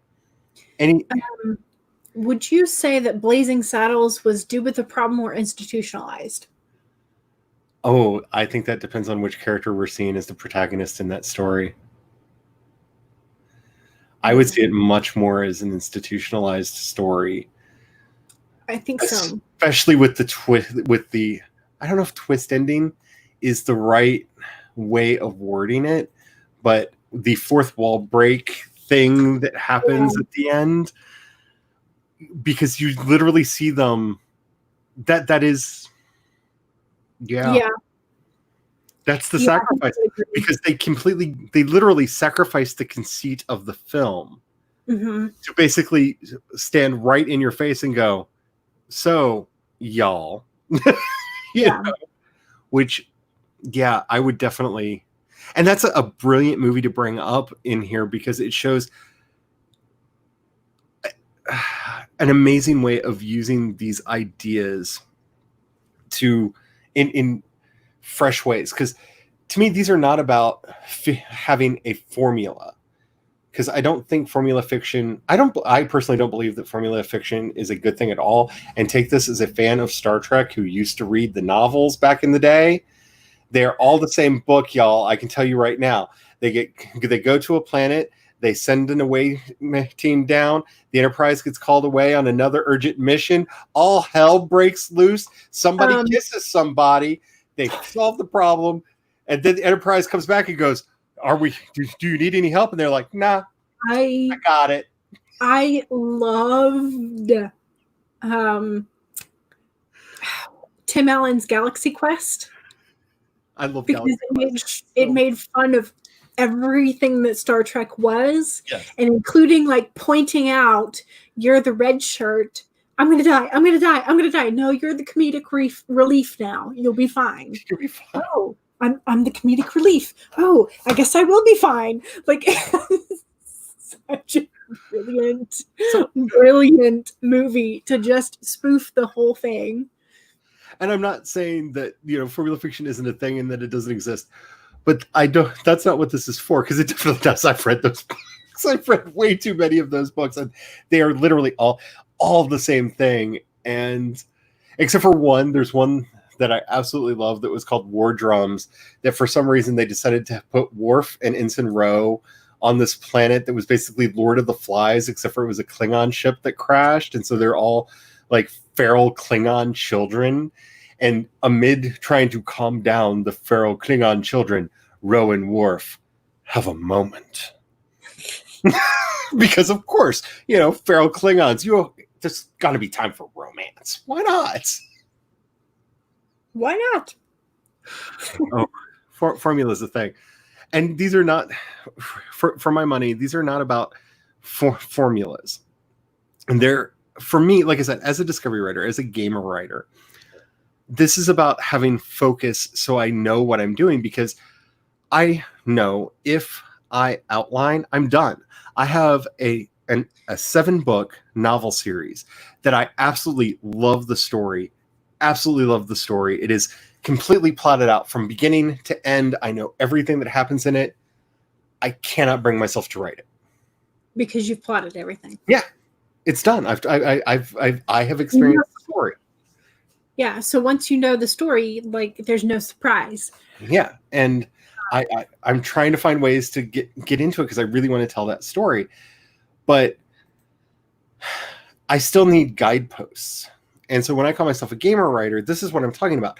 You set up rules for yourself, and these are the rules. Okay, so if I'm doing this particular genre, or I'm pretty sure it's this particular genre, then okay, so what is the curse? What is the what have you, to try to keep myself focused so that I don't want to be Stephen King, because when I read On Writing and he said the first thing I do is throw out half the words I write. Well, I know he said he cuts 10% every revision that he does.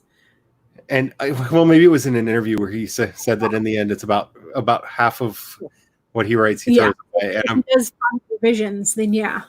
And I'm just like, that's a nightmare, because it takes so long to get those drafted words in the first place. And I dream of writing the clean draft.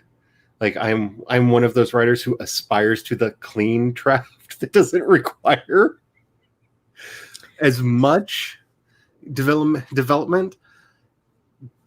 But having these rules, I don't think that will ever be me. Like once I get on a roll, I think the number of words that come out is way too high. I know I have way too many, the word that's, I know I have way too many adverbs.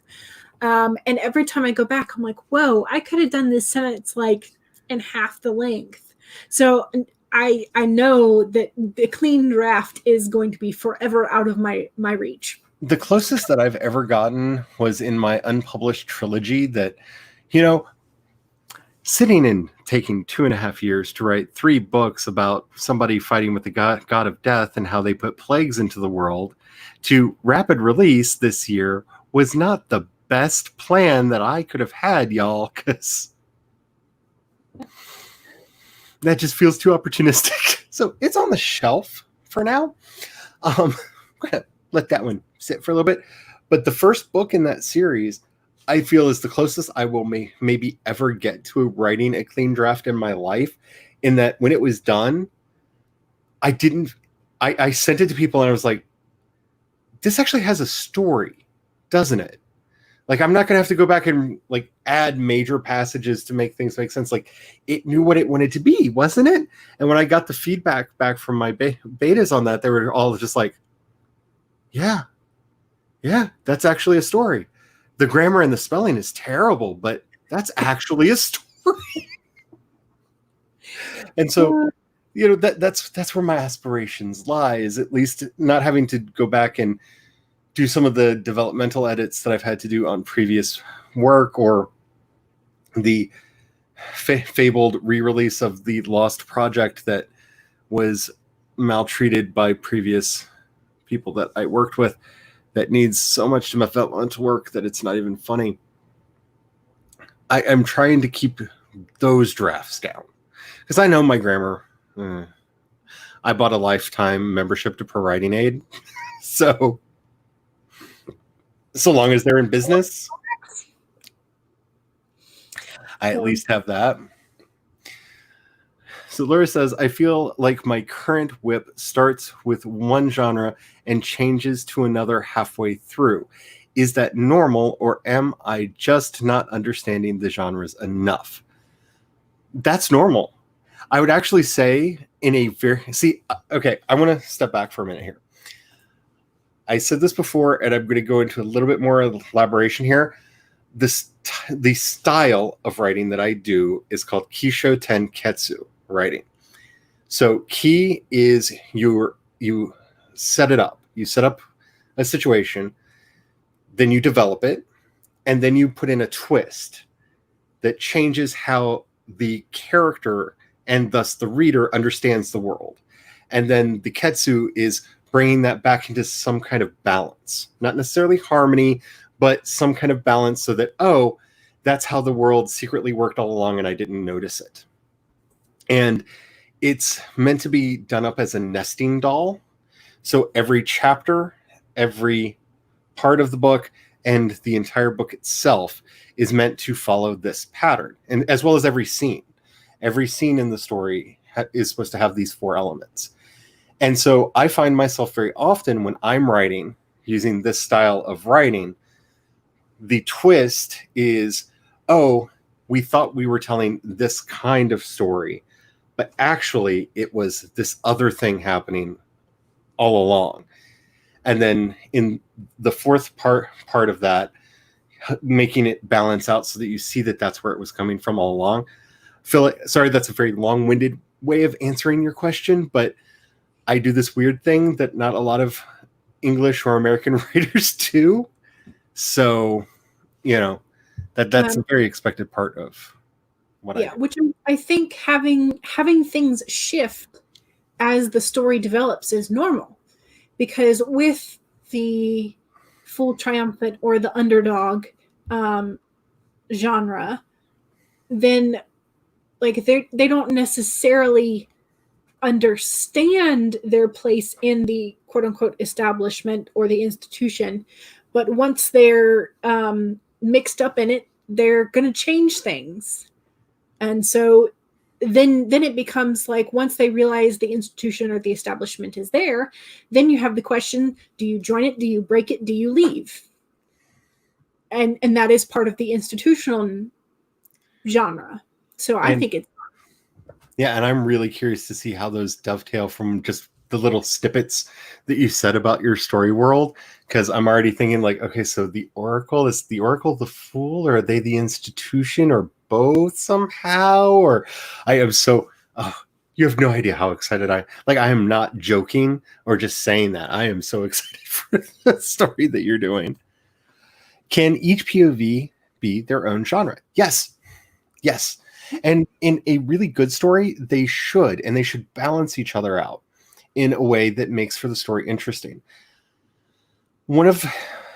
Just to go back to, one of these days, I'm going to actually have to do a thing about this. And actually I did, for anybody who has Spotify, if you go to my website, projectshadow.com, I did a whole, at the beginning of the lockdown, I did a whole world building seminar, like 20 episodes on world building based on this book. So if you don't mind hearing my voice and want to know a lot about this book and world building, there's a Spotify playlist linked on my website that's all the episodes about that. But one of the things that he talks about in here is this idea of the story focus. So you have two main components when you're developing a story. You have the story world and the story focus. The story world is everything that gives context to what's going on, and the story focus is the events we're following. So things could be referenced in the background or played around with. In some of the best science fiction and fantasy books, the B, C, and D plots, the other characters' plots, are often part of the world plot and thus give more context to what's going on than our main plot would. A really good example of this is in A New Hope, in episode 4 of Star Wars. Han Solo helps us understand that it's not just the Empire and the rebels, that there's this gangster underworld that he's dealing with, and the smugglers and all of that. His entire storyline gives us that view of the world. And then we see from the entrenched nobility, from Princess Leia, her point of view. So they're actually giving us world stories that are surrounding Luke's story focus through that movie. Yeah. And so they have very different genres for their POVs. But that's because they're showing us the wider world, whereas Luke is just the character we're following for the story. Yeah. That makes sense. And I think when you look at some of the epic stories that split and follow different characters, like Tolkien and Martin and Jordan, when you have this larger cast that then splits, and when you follow the different characters, you suddenly meet other groups of characters that come into play later. So like with Tolkien, Merry and Pippin meet the Ents, and they tell you about the mystery of the missing Entwives. No one knows where they went. No one knows where they disappeared to. And so... And like, the Lost Blue Wizards. And so you have this added depth to the world that you never would have had if the characters hadn't split. One thing that... I know I'm always asking you if you've read other fantasy and sci-fi writers, but if you can't tell, that's where my heart and soul is in science fiction and fantasy. Two things that you may want to look at as far as POV, especially since it sounds like you're working on this epic with a lot of characters. Darkover, and I'm not going to say by who, just look up Darkover. Mercedes Lackey, I believe, started it, or at least took part in it. There are 69 books at my last count in the Darkover series. Okay. And they are written by... It was a shared universe that everybody and their friends worked in. It wasn't Mercedes Lackey. I'm just realizing that. It was MZB. Marion Zimmer Bradley. Yes. Sorry, I have the Rooster song stuck in my head because there's a whole thing about her and Darkover in it. If you're not familiar with the Rooster song, I'm going to be doing a series called Late Night Chats with Charlie, and that's the only place where that song is appropriate. There's another world like that but it a dark elf. Are you talking about Elric? No. Salvatore. Yeah, right? Ari Salvatore's, yeah. But he was in another world as well, right? Yeah. The other authors shared. Yeah, he did that. Terry Pratchett did it with himself with Discworld, which is also another thing. Oh my goodness, Terry Pratchett. Discworld, even if you don't have time to read all of them, that might be something to look into, because what might be fun, especially I don't know if you're looking at doing indie publishing or traditional publishing, but if you have a story that feels too big, this is what I'm doing. The initial story idea that I had was going to be like these giant books, and it felt just too daunting. And I realized it would be so much more fun to break it into these smaller parts that people could, if you like this set of characters, you could follow them, or these set of characters, you could follow them, instead of having like 12 characters weaving in and out of a novel and writing separate series. Terry Pratchett basically did that with Discworld, where every possible thing that could exist is in there somewhere, but it somehow makes for an oddly satisfying unified whole. And so, like I said, even if you don't have time to read them, that might be something that would be helpful. I did not realize that Forgotten Realms, which is what I was trying to remember. Oh yeah, the Forgotten Realms stuff. That's a part of D&D? Mm-hmm. Yes. Okay, so owned by Hasbro or something at this point? Now, yes. It was originally owned by TSR, and then by Wizards of the Coast, and then I believe Hasbro bought them. Adding long and yeah, it's a thing. Oh, the Antwives. Yeah. Yeah. I would not be surprised. But I'm not going to say to be nice to Tolkien, he suggested a lot of things. This is why when we were talking earlier about the Silmarillion, and I said that there are probably more versions of that, Christopher Tolkien has been very clear that these are the versions of his father's stories that he felt were the most recent because they weren't all dated. And there are conflicting versions of these stories that Tolkien wrote. So Tolkien probably thought a lot of things about his world, and there's nothing wrong with that. Contradictions. It's like George R. R. Martin has said that somebody guessed his original ending, so he wanted to change it now. Which I don't think he should do. No. But it's kind of like, well, yeah, all the clues are pointing this way, and then he decided he's going to go a different way. See, I feel like that's the problem that the TV series had, is I don't think it would have gotten as negative a reaction as they did, except for the marketing leaned into the direction the show felt like it was going. And then when it decided, haha, fooled you, it didn't feel like a twist. It felt like a betrayal. Yeah. Because there's a whole lot of my friends who did not read the books prior to the show starting. And at that point, there were quite a few of the books out.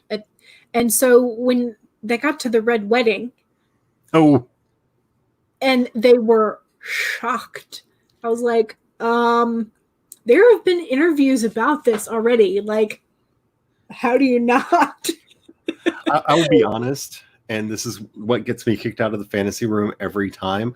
I have only read A Game of Thrones because I'm not a big fan of George's style of writing. Like, it's really hard for me to get into. I don't remember where I stopped, but I stopped in the middle of one of the books because it was the most recent one. And I could kind of see and kind of got the hint based on how long I had to wait in between the books that it was going forever. So I just decided I was going to put them down and I wasn't going to read or watch anything until the series was done. And I have stuck by that so far. I felt like I had to read it as somebody who writes fantasy. I needed to read it to see what the buzz was. And I had to push I ended up buying the audiobook and just having it on in the background and it's nothing against him. I don't think he's a bad writer or anything. There are some writers that I will tell you I feel like are bad writers, and that's why I didn't read their books. So I'm not sugarcoating it. There was something about the way he worded stuff, and it didn't move me. And I need to feel connection, and I never got connected to any of his characters. Yeah. Well, and there's aspects of that my dad and I disagree on Mercedes Lackey a lot of times because we both love the plots. And I am okay with the sort of world building that she sets up, in that her focus on the characters status quo at the beginning and sort of developing the emotions and their lack of usually what they are lacking in their life. Yeah. Before she has the companion drop into their lives and change everything. So those first couple of chapters, however long that chunk of text is, for me, I'm okay with it because I can tell that she's building the world, whereas he wants more action, immediately. That's my biggest problem with Brandon Sanderson, and I feel like this is kind of a side quest to what we started off talking about, but I think it's apropos here, especially talking about how to structure a story. I feel like I love his writing. I have the exact opposite problem with Sanderson that I do with Martin. I love his writing. I am so fascinated by what the stories he's telling, but I get lost in all of the characters and all of the setup, and especially when was it the Stormlight books where it jumps in time all throughout them? Was it those books? The Stormlight Archive? I get so lost, and I I want to not get lost. And I feel like I need to have a cheat sheet sitting next to me to follow along. Yeah, and when you need a cheat sheet, that kind of takes the enjoyment out of reading. And so that, to me, bringing this back to the topic at hand, is one of the reasons why I am such a proponent of this. Because having the beats laid out for you as a guide. Yes, because I at least know if I'm telling, like, the current story that I'm telling is an institutionalized story. Did not realize that when I started writing it. I thought it was a Monster in the House story. But knowing that now, I can simplify the thoughts in my head to the point where, while I am writing this massive tome that is getting close to novel length, like my published world building right now is close to 50,000 words. That's over on the World Anvil site. You don't have to read it unless you care. And that's the goal I'm striving for here. Is there's so much I could go into detail in, and finding that balance between, oh my goodness. I don't know if you've ever read Gormenghast. Most people that have even heard of it, it's because they did a BBC miniseries based on it. I can't even think of the name of the author who wrote it right now. But it's one of those books that is mind-numbing to read, because every room you go into, you know what the mice in the corner of the room is doing, and the exact pattern that the spider built their web in the corner of the room, the name of every book that's on the bookcase and who wrote it and why. And there's so much detail and so much detail and so much detail. So it's like Joseph Conrad and like The Green, yes, but amplified. Yes. Okay. And so for me, where I find great utility in here is, this is my cheat sheet. Like, this is what the audience is going to care about most, and I need to make sure is clearest in the story. Like, all the secret societies in the background, I'm not throwing them away. They're there. They are as present in the story as they need to be, but I don't need to stop the story and go, now the Secret Keepers are an ancient organization going back to... I don't need to do that. You don't need to know that to enjoy the story. You just need to know, oh, this character is a part of this organization that does these kinds of things, and you can discover that through story. Yeah. And for a lot of both discovery writers and gamer writers like me, and for a lot of science fiction and fantasy writers, because I don't like the term info dump. It's not an info dump. It's we're not sure what you need to know to get enjoyment out of this story. So I'm just going to, it's a kitchen sink dump.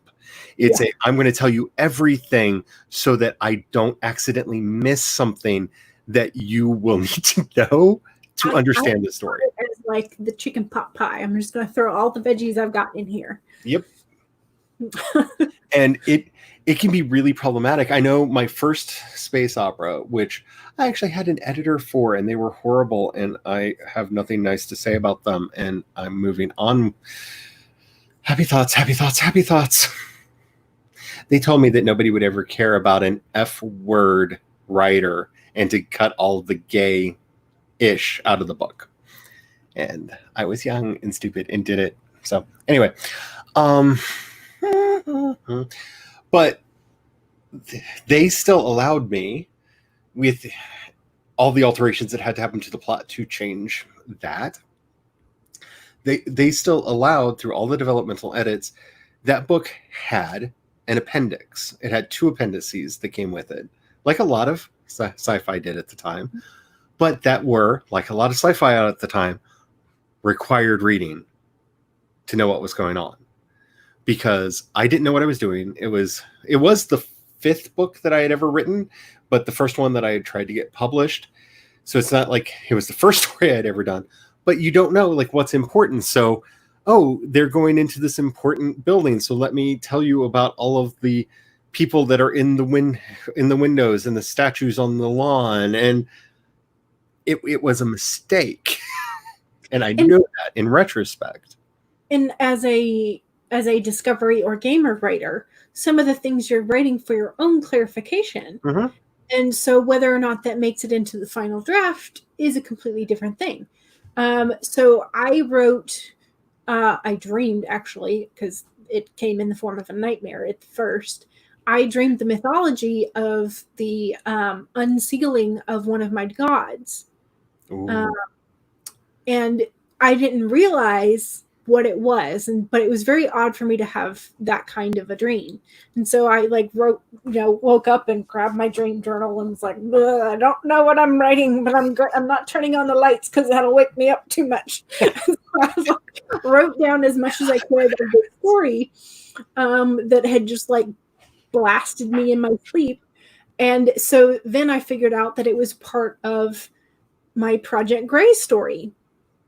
And I initially thought it was, and I wrote it as the story that the Temple of the Sun gives out, but that's not actually the real version.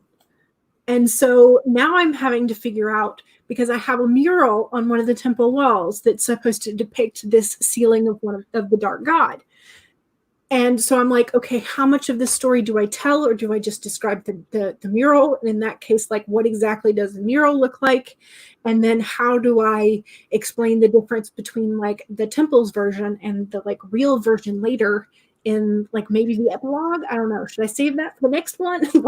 And so having that myth or that story in my head and written down, I don't necessarily know exactly where it goes yet, but I know it's supposed to be attached to this story somehow. I know that feeling all too well. And that's one of the reasons why, for me and my writing, I have started doing not just summer camp, but just literally posting these as interesting tidbits over on World Anvil. Everyone that you see with the picture here is one of the prompts that I've done. And there's the brownie bus. Because that has to be mentioned at least once, right? Mm-hmm. Wouldn't be one of my streams if it wasn't. I think that popped out in another window and it didn't show it. Yeah, it popped it out in another window and it didn't show it. Anyway, I actually tried to click on the article. But I love guidebooks. And this is what I learned about myself, and this is when because I've been mentioning this on almost every stream I've been on or that I've done lately, is there's so many ways for us as writers to get our work out there and to monetize that. And we can have that discussion if you want to. But I love guidebooks. I have, I don't know, probably 2 or 3 bookshelves back in my office that are Harry Potter, or there's a Skyrim.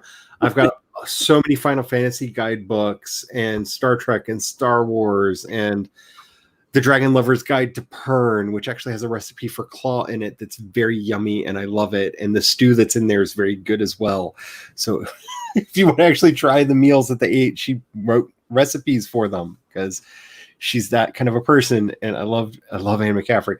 But, just side note, have you read the new one that's by all of her co-writers that they got together and contributed essays? It's called Dragon Writer, and it's Mercedes Lackey wrote an essay about it, about how the collaboration between the two of them changed her life and her writing style and that kind of stuff. I want it. I just haven't ordered it. It's in my wish cart. I'm making sure it's in my right now because I have so many things. I'm so far behind in my reading. It's not even funny. And that is a beautiful cover. I actually have a poster of the cover of the White Dragon in my office. So I went on Instagram last night for I think once or twice this week, and my cover, the art up here, which is the blue dragon head, that is my fan art essentially of one of Mercedes Lackey's books, Joust, which is the book that got me into Mercedes Lackey because of that dragon. And the cover artist is on Instagram, and I found so I was that's awesome. Fangirl. That's awesome. So if you're interested, her username is a studio by the sea. She posted a picture that she had of the original oil that she did for Airy, which is the 4th book in that series. No, third. I don't ask my memory to work. And here's the other thing about what's weird about me, and I don't know about you, but I don't like analyzing the books that I love, because I feel like that is more of like an academic level thing.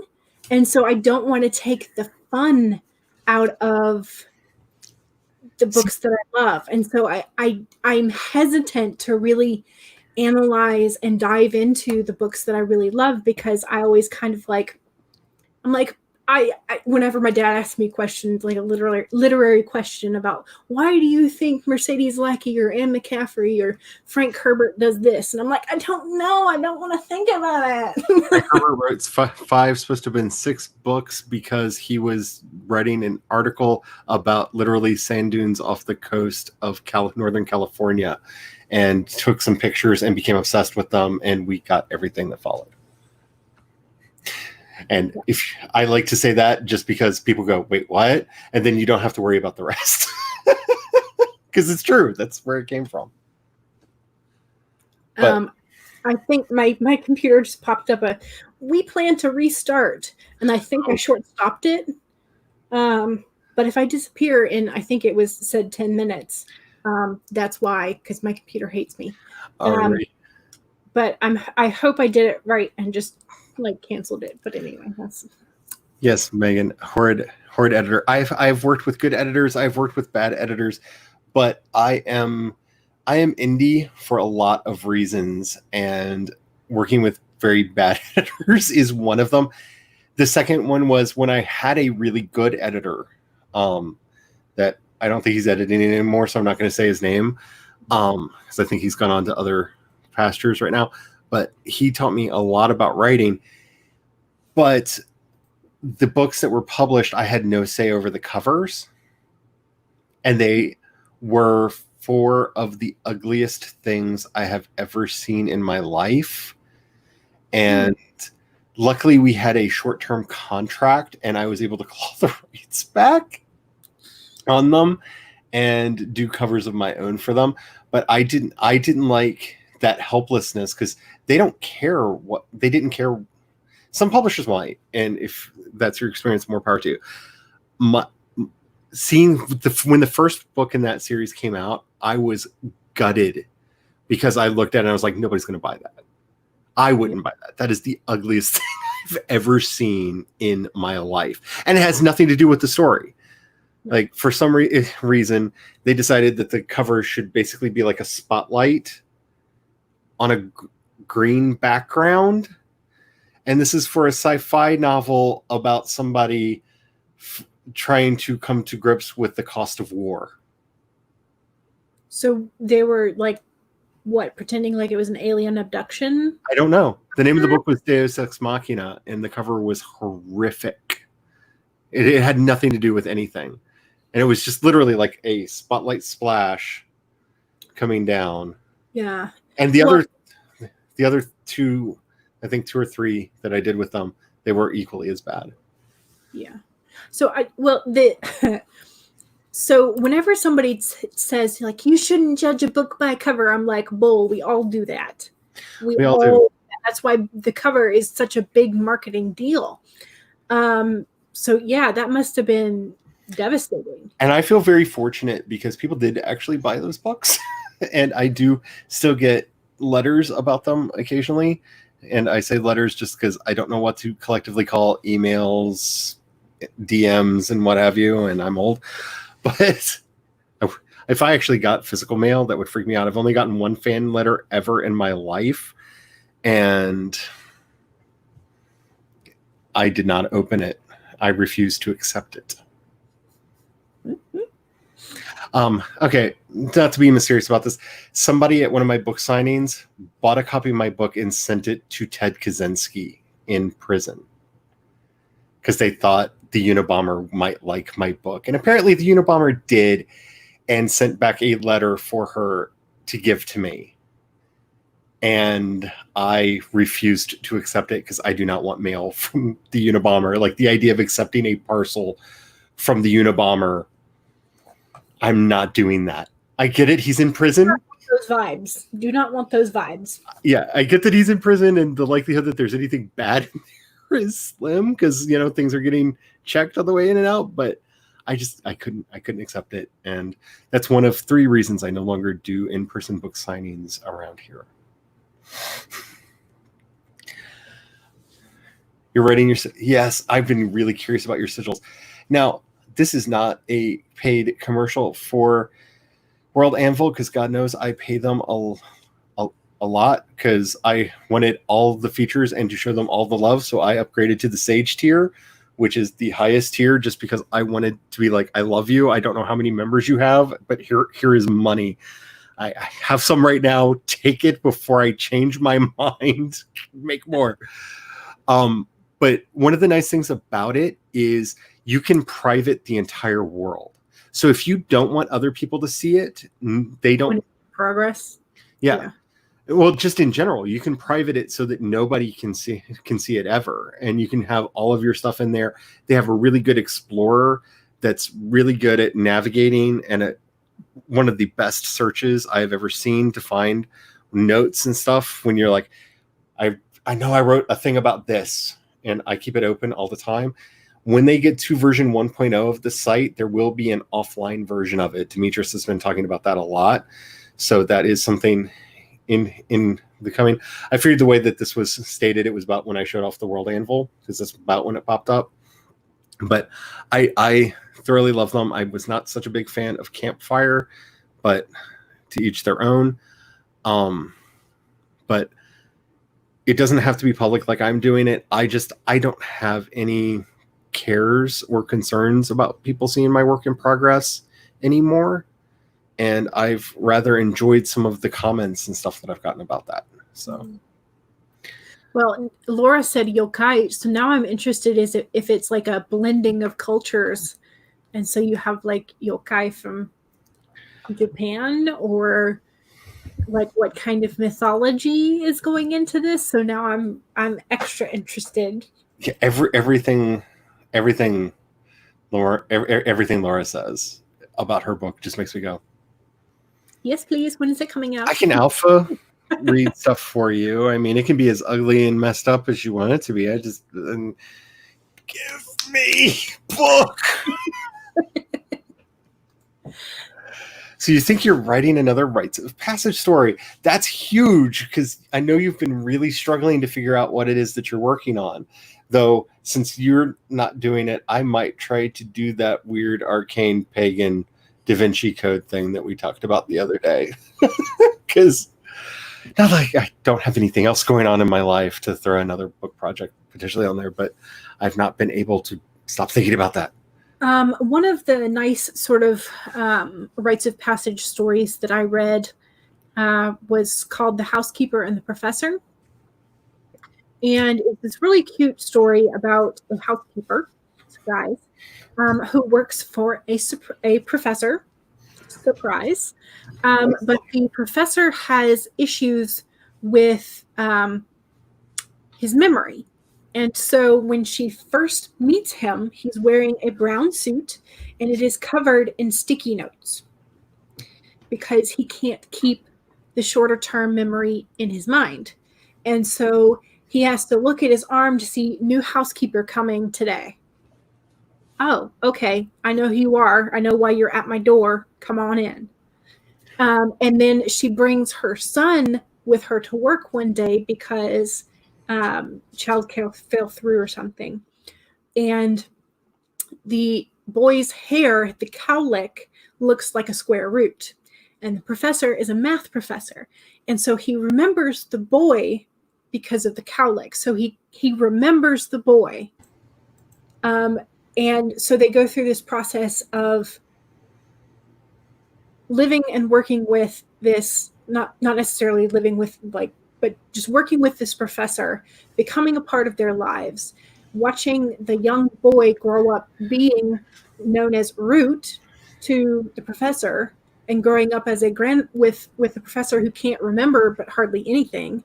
And so you have that growing up aspect from the boy's life, but as the housekeeper, he's an employer, but he's also a grandfather figure to her son. And then when he eventually becomes sick, then they have to go through the grieving process. And so it's really interesting, like, life moments. That sounds really interesting. It's such a beautiful read too. What's the name of that again? Between you and Abigail, my reading list is getting. The Professor and the Housekeeper. The Professor and the Housekeeper. Yeah. It might be the Housekeeper and the Professor though, but it's those two. As long as it's got those words, I should be able to find it. That sounds really interesting. I don't actually know where it is on my shelves. It is somewhere. So, but it is a fantastic read. And it is much more of that sort of like slow slice of life is what I like to call it. But it's also the rites of passage, and it's from the housekeeper's perspective. So she's a much older than normal for the like rite of passage that we come to think of with the coming of age type of passage. I live so strongly in my little bubble of science fiction, fantasy, and horror books because I love them so much. I desperately love it when I hear of something that sounds like a contemporary or even a historical fiction that I can get into, because all of my friends are also reading the sci-fi, the fantasy, and the horror books. Like right now, we're going through the Sandman audio drama, and that's taking up most of my nights because it is so good. It is so good. I do wish they would have gotten the same actor who plays him on the CW to do the voice of Constantine. It was the only thing that kind of miffed me a little bit, is it was somebody else doing the voice of Constantine. But I love Sandman so much, and this is my husband's first experience with it. I just shared my screen with you in case you want to see the cover of the Housekeeper and Professor, because that is the book, and it's a very short read. It's not too long, but it is absolutely wonderful. So. That's a plus, because I don't know where I'm going to have time for things. That's really cool. I'm always excited for stuff like that, because, like I said, I don't mind being in my little bubble because there's a lot of really good stuff there, but I feel sometimes like I'm limiting myself and locking myself down way too much, because I rarely read outside of genre. And thanks to the talk I had with Cachet, I'm currently like on my own rereading the Broken Earth trilogy by N.K. Jemisin, and I'm still trying to get caught up on all of her books. And there's a wonderful book called The Deep that I am so fascinated by, that's based off of a rap that the dude who played Thomas Jefferson from in Hamilton did on an NPR show that got turned into an entire novel about the slaves that jumped off of slave ships and fell into the deep and became mermaids. That the song is phenomenal. The song, I believe, is called The Deep as well. Like, I have so many speculative fiction books on my on my list, and it's like I need to do something that's not just that. I was going to recommend some other books that are normally outside of my wheelhouse, but I can't remember which one is which. But anyway, the author is Richard Preston, and it's either The Cobra Effect or The Hot Zone, and I can never remember which one it was. But it was, I read it at the tail end of like the anthrax scare. Oh. And so it was, spoilers again, but it was a terroristic like organization that was spreading through the mail and through other areas this contagious material that would make people self-cannibalize. Ooh. And so I read it. I couldn't put it down because I was just like, oh my God, what is happening? Oh my God, what is happening? And then I get to the end of the book, and he has some notes at the end. And he based it off of a combination of the anthrax scares and an actual bacteria that does make people self-cannibalize. I did not need to know that existed. And I was like, I'm never going to sleep again.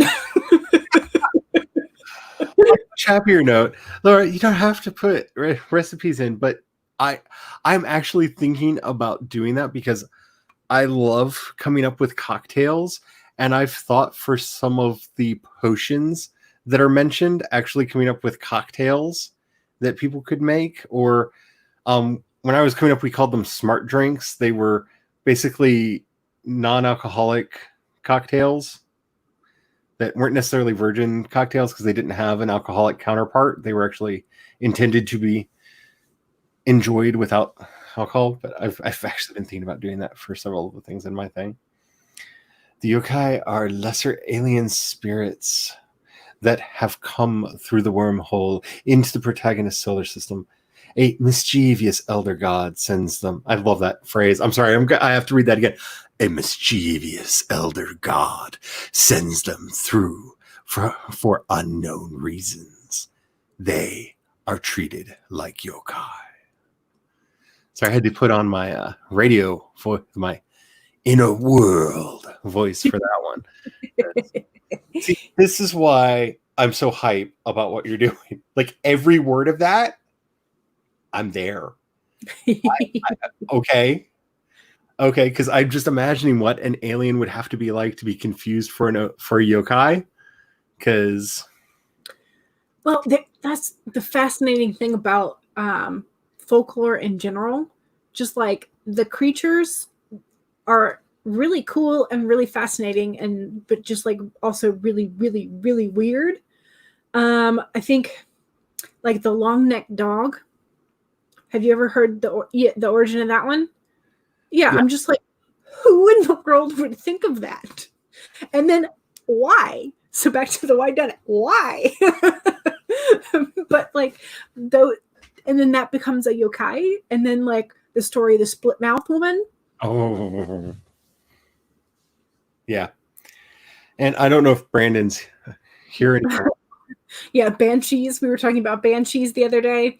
I know. Yeah, I don't know if Brandon's here anymore, but one of the things that's in the book that I'm currently writing is a leprechaun, and it's based not so much off of legend or folklore, but off of a philologist's argument about where the word leprechaun probably came from.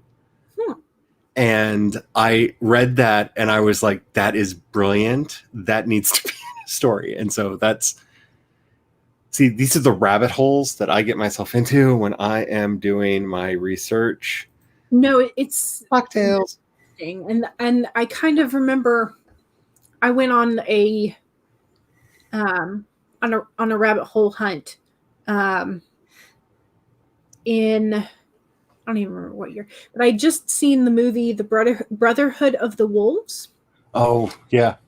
And so I was like, oh, was that actually a thing? Like, did people actually do that? And so because like their reasoning behind the whole taxidermy thing, and I was like, oh yeah, that's very plausible, and I'm sure somebody would have thought of that. Mm-hmm. And so then I went down this whole rabbit hole of like that like brought me to the circus things, and like how they would put together the quote unquote freak shows, and how they would like mock up a mermaid, or so all these other. So I thoroughly enjoyed like those kind of. But that was also I think that was more of like a why done it story as well. I'm glad you appreciate, because I don't let my deeper voice come out very often. I only do it for special occasions. You designed a Tim Burton style figure. Oh. Oh. Oh wow. Oh wow. Um yeah, okay. Yes, all of this. All of this. This has to happen. See, you've even perked up Papa's interest. Even Papa wants to see this. And when Papa gets interested, things happen. So, yeah, we're going to need to see this at some point because, oh my goodness, that, because I'm just thinking of that art style and remind me when I do the chat show to tell you my story about Tim Burton. That's not appropriate for here, for this discussion. Of course, you have a story about Tim Burton. I have lived multiple lives in, yes. I have a lot of stories about a lot of people because I have had the good fortune of meeting a lot of them. So we've been doing this for about 2 hours, 20 minutes, which it doesn't feel like because conversation is fun. I hope that we have answered your questions. Like I said, I didn't set this out to be that much of a lecture as much as I don't feel that these get as much attention as the beats. Yeah. And she was very clear about the beats, and the beats were helpful, as were, to me, I think her sort of questions on, like, make sure your hero has a reasonable flaw, make sure that they that you think about what your hero's motives are and that kind of stuff. So the first portion of the book was very, I think, helpful in sort of making me rethink my depiction of my hero, for sure. And I definitely think that the beats are going to be helpful for pacing, like you had mentioned. Yeah, Story Genius is really made me think a lot more, not so much about how I'm writing my character, but as in like the characters themselves, but literally how I am writing the character, and that I'm not putting forward as much. I'm not letting the character be as honest as they need to be.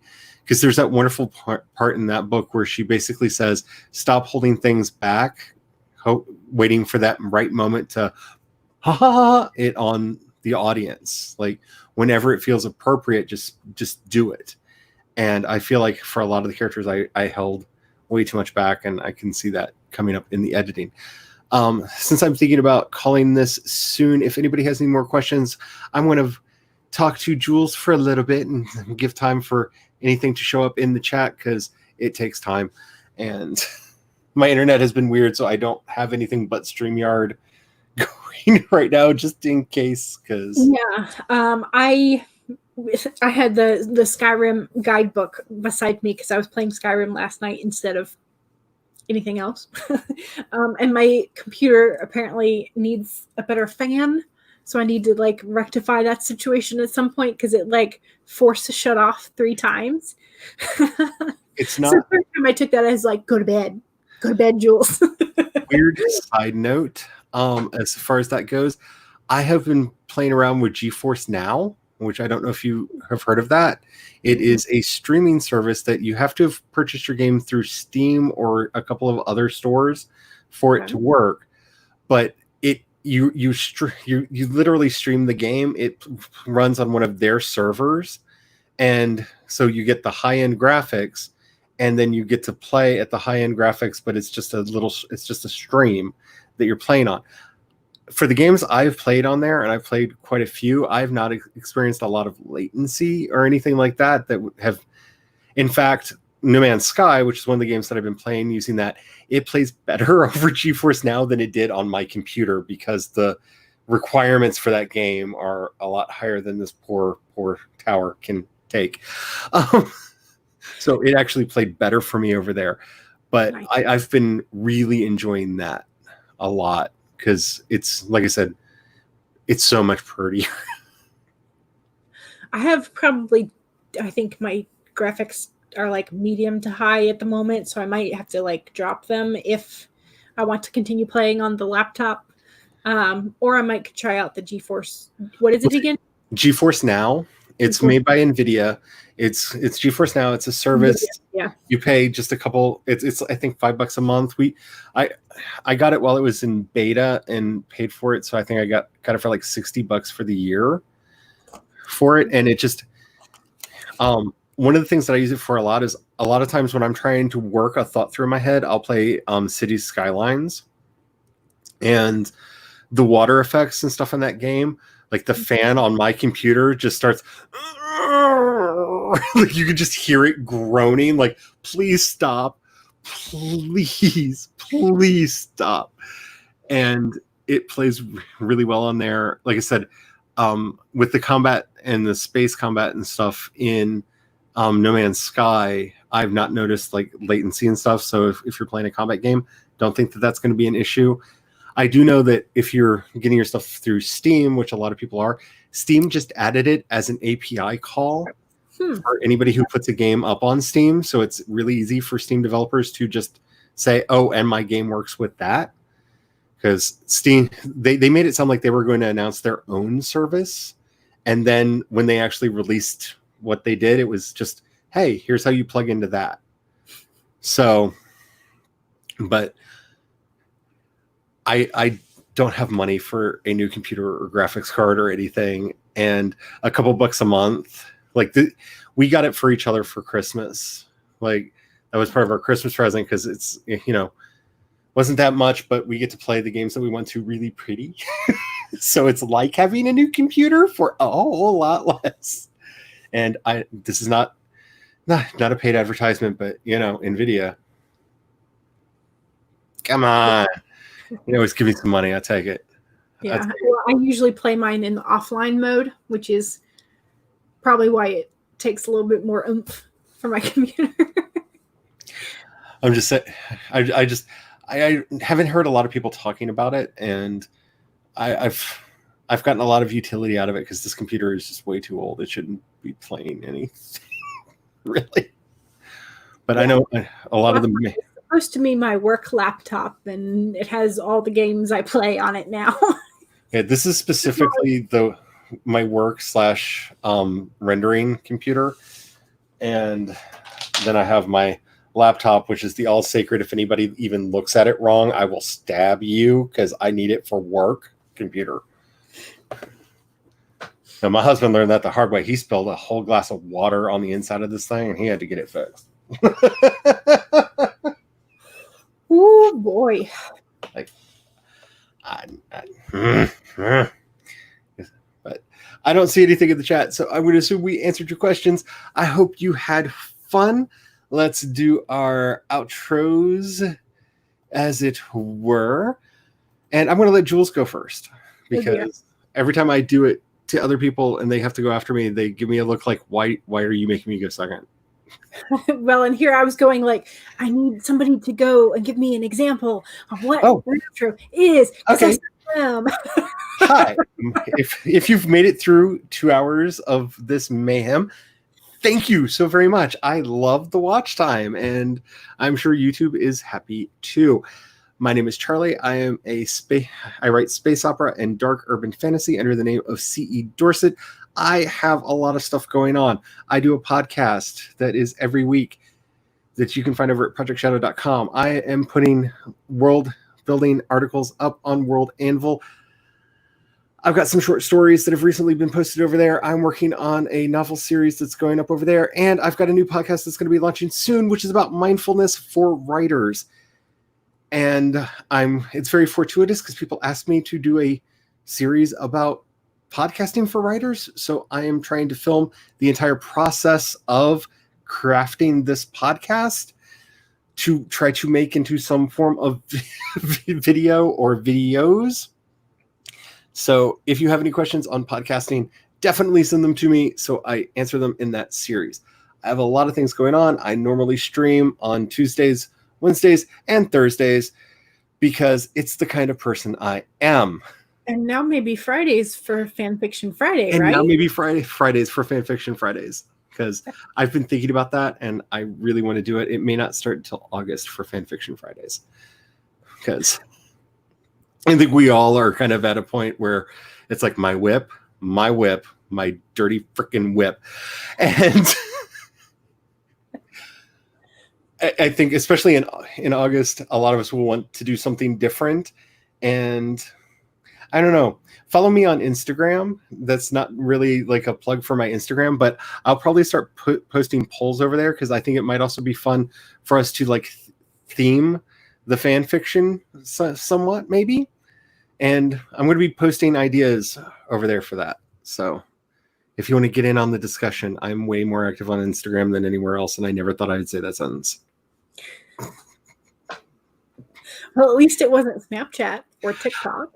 I used to be all about Twitter, and then I wrote a very long diatribe about She Who Shall Not Be Named over there, and got fed up with that platform very quickly. And so, yeah, I will be run off of Instagram soon enough. Don't worry. Well, good news is they're owned by Facebook, so they don't quickly run off anybody. That's true. But definitely anything of mine that you want to find, projectshadow.com, everything's linked from there. I'm Jules. I am the Dawdling Writer. I have a YouTube channel under that name. I also have a blog, which is thedawdlingwriter.com, but I have abandoned it for this month. So there is nothing new on there. What's a blog? Exactly. So I am currently writing my YA fantasy sequel, editing the YA fantasy first book, and drafting a romance novella for the first time.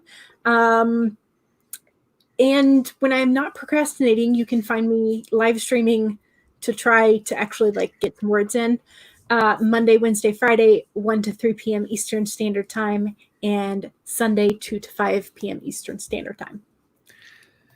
You are welcome, Laura and Megan. Thank you so much for being here. I hope that we have answered your questions. As always, I am welcome to questions. You can hit me up on any of my social medias that are linked from that site and ask your questions. It's really hard to offend me, and God help you if you do. Just giving you the warning. It's extremely hard to do, and you don't have to wonder if you did it. You'll know. So until next time, I think the next time you see me will be the Tuesday thing that I'm doing, my update on how camp went. So, nice. And which there will also be sprints then. So see you then. Until next time. Bye.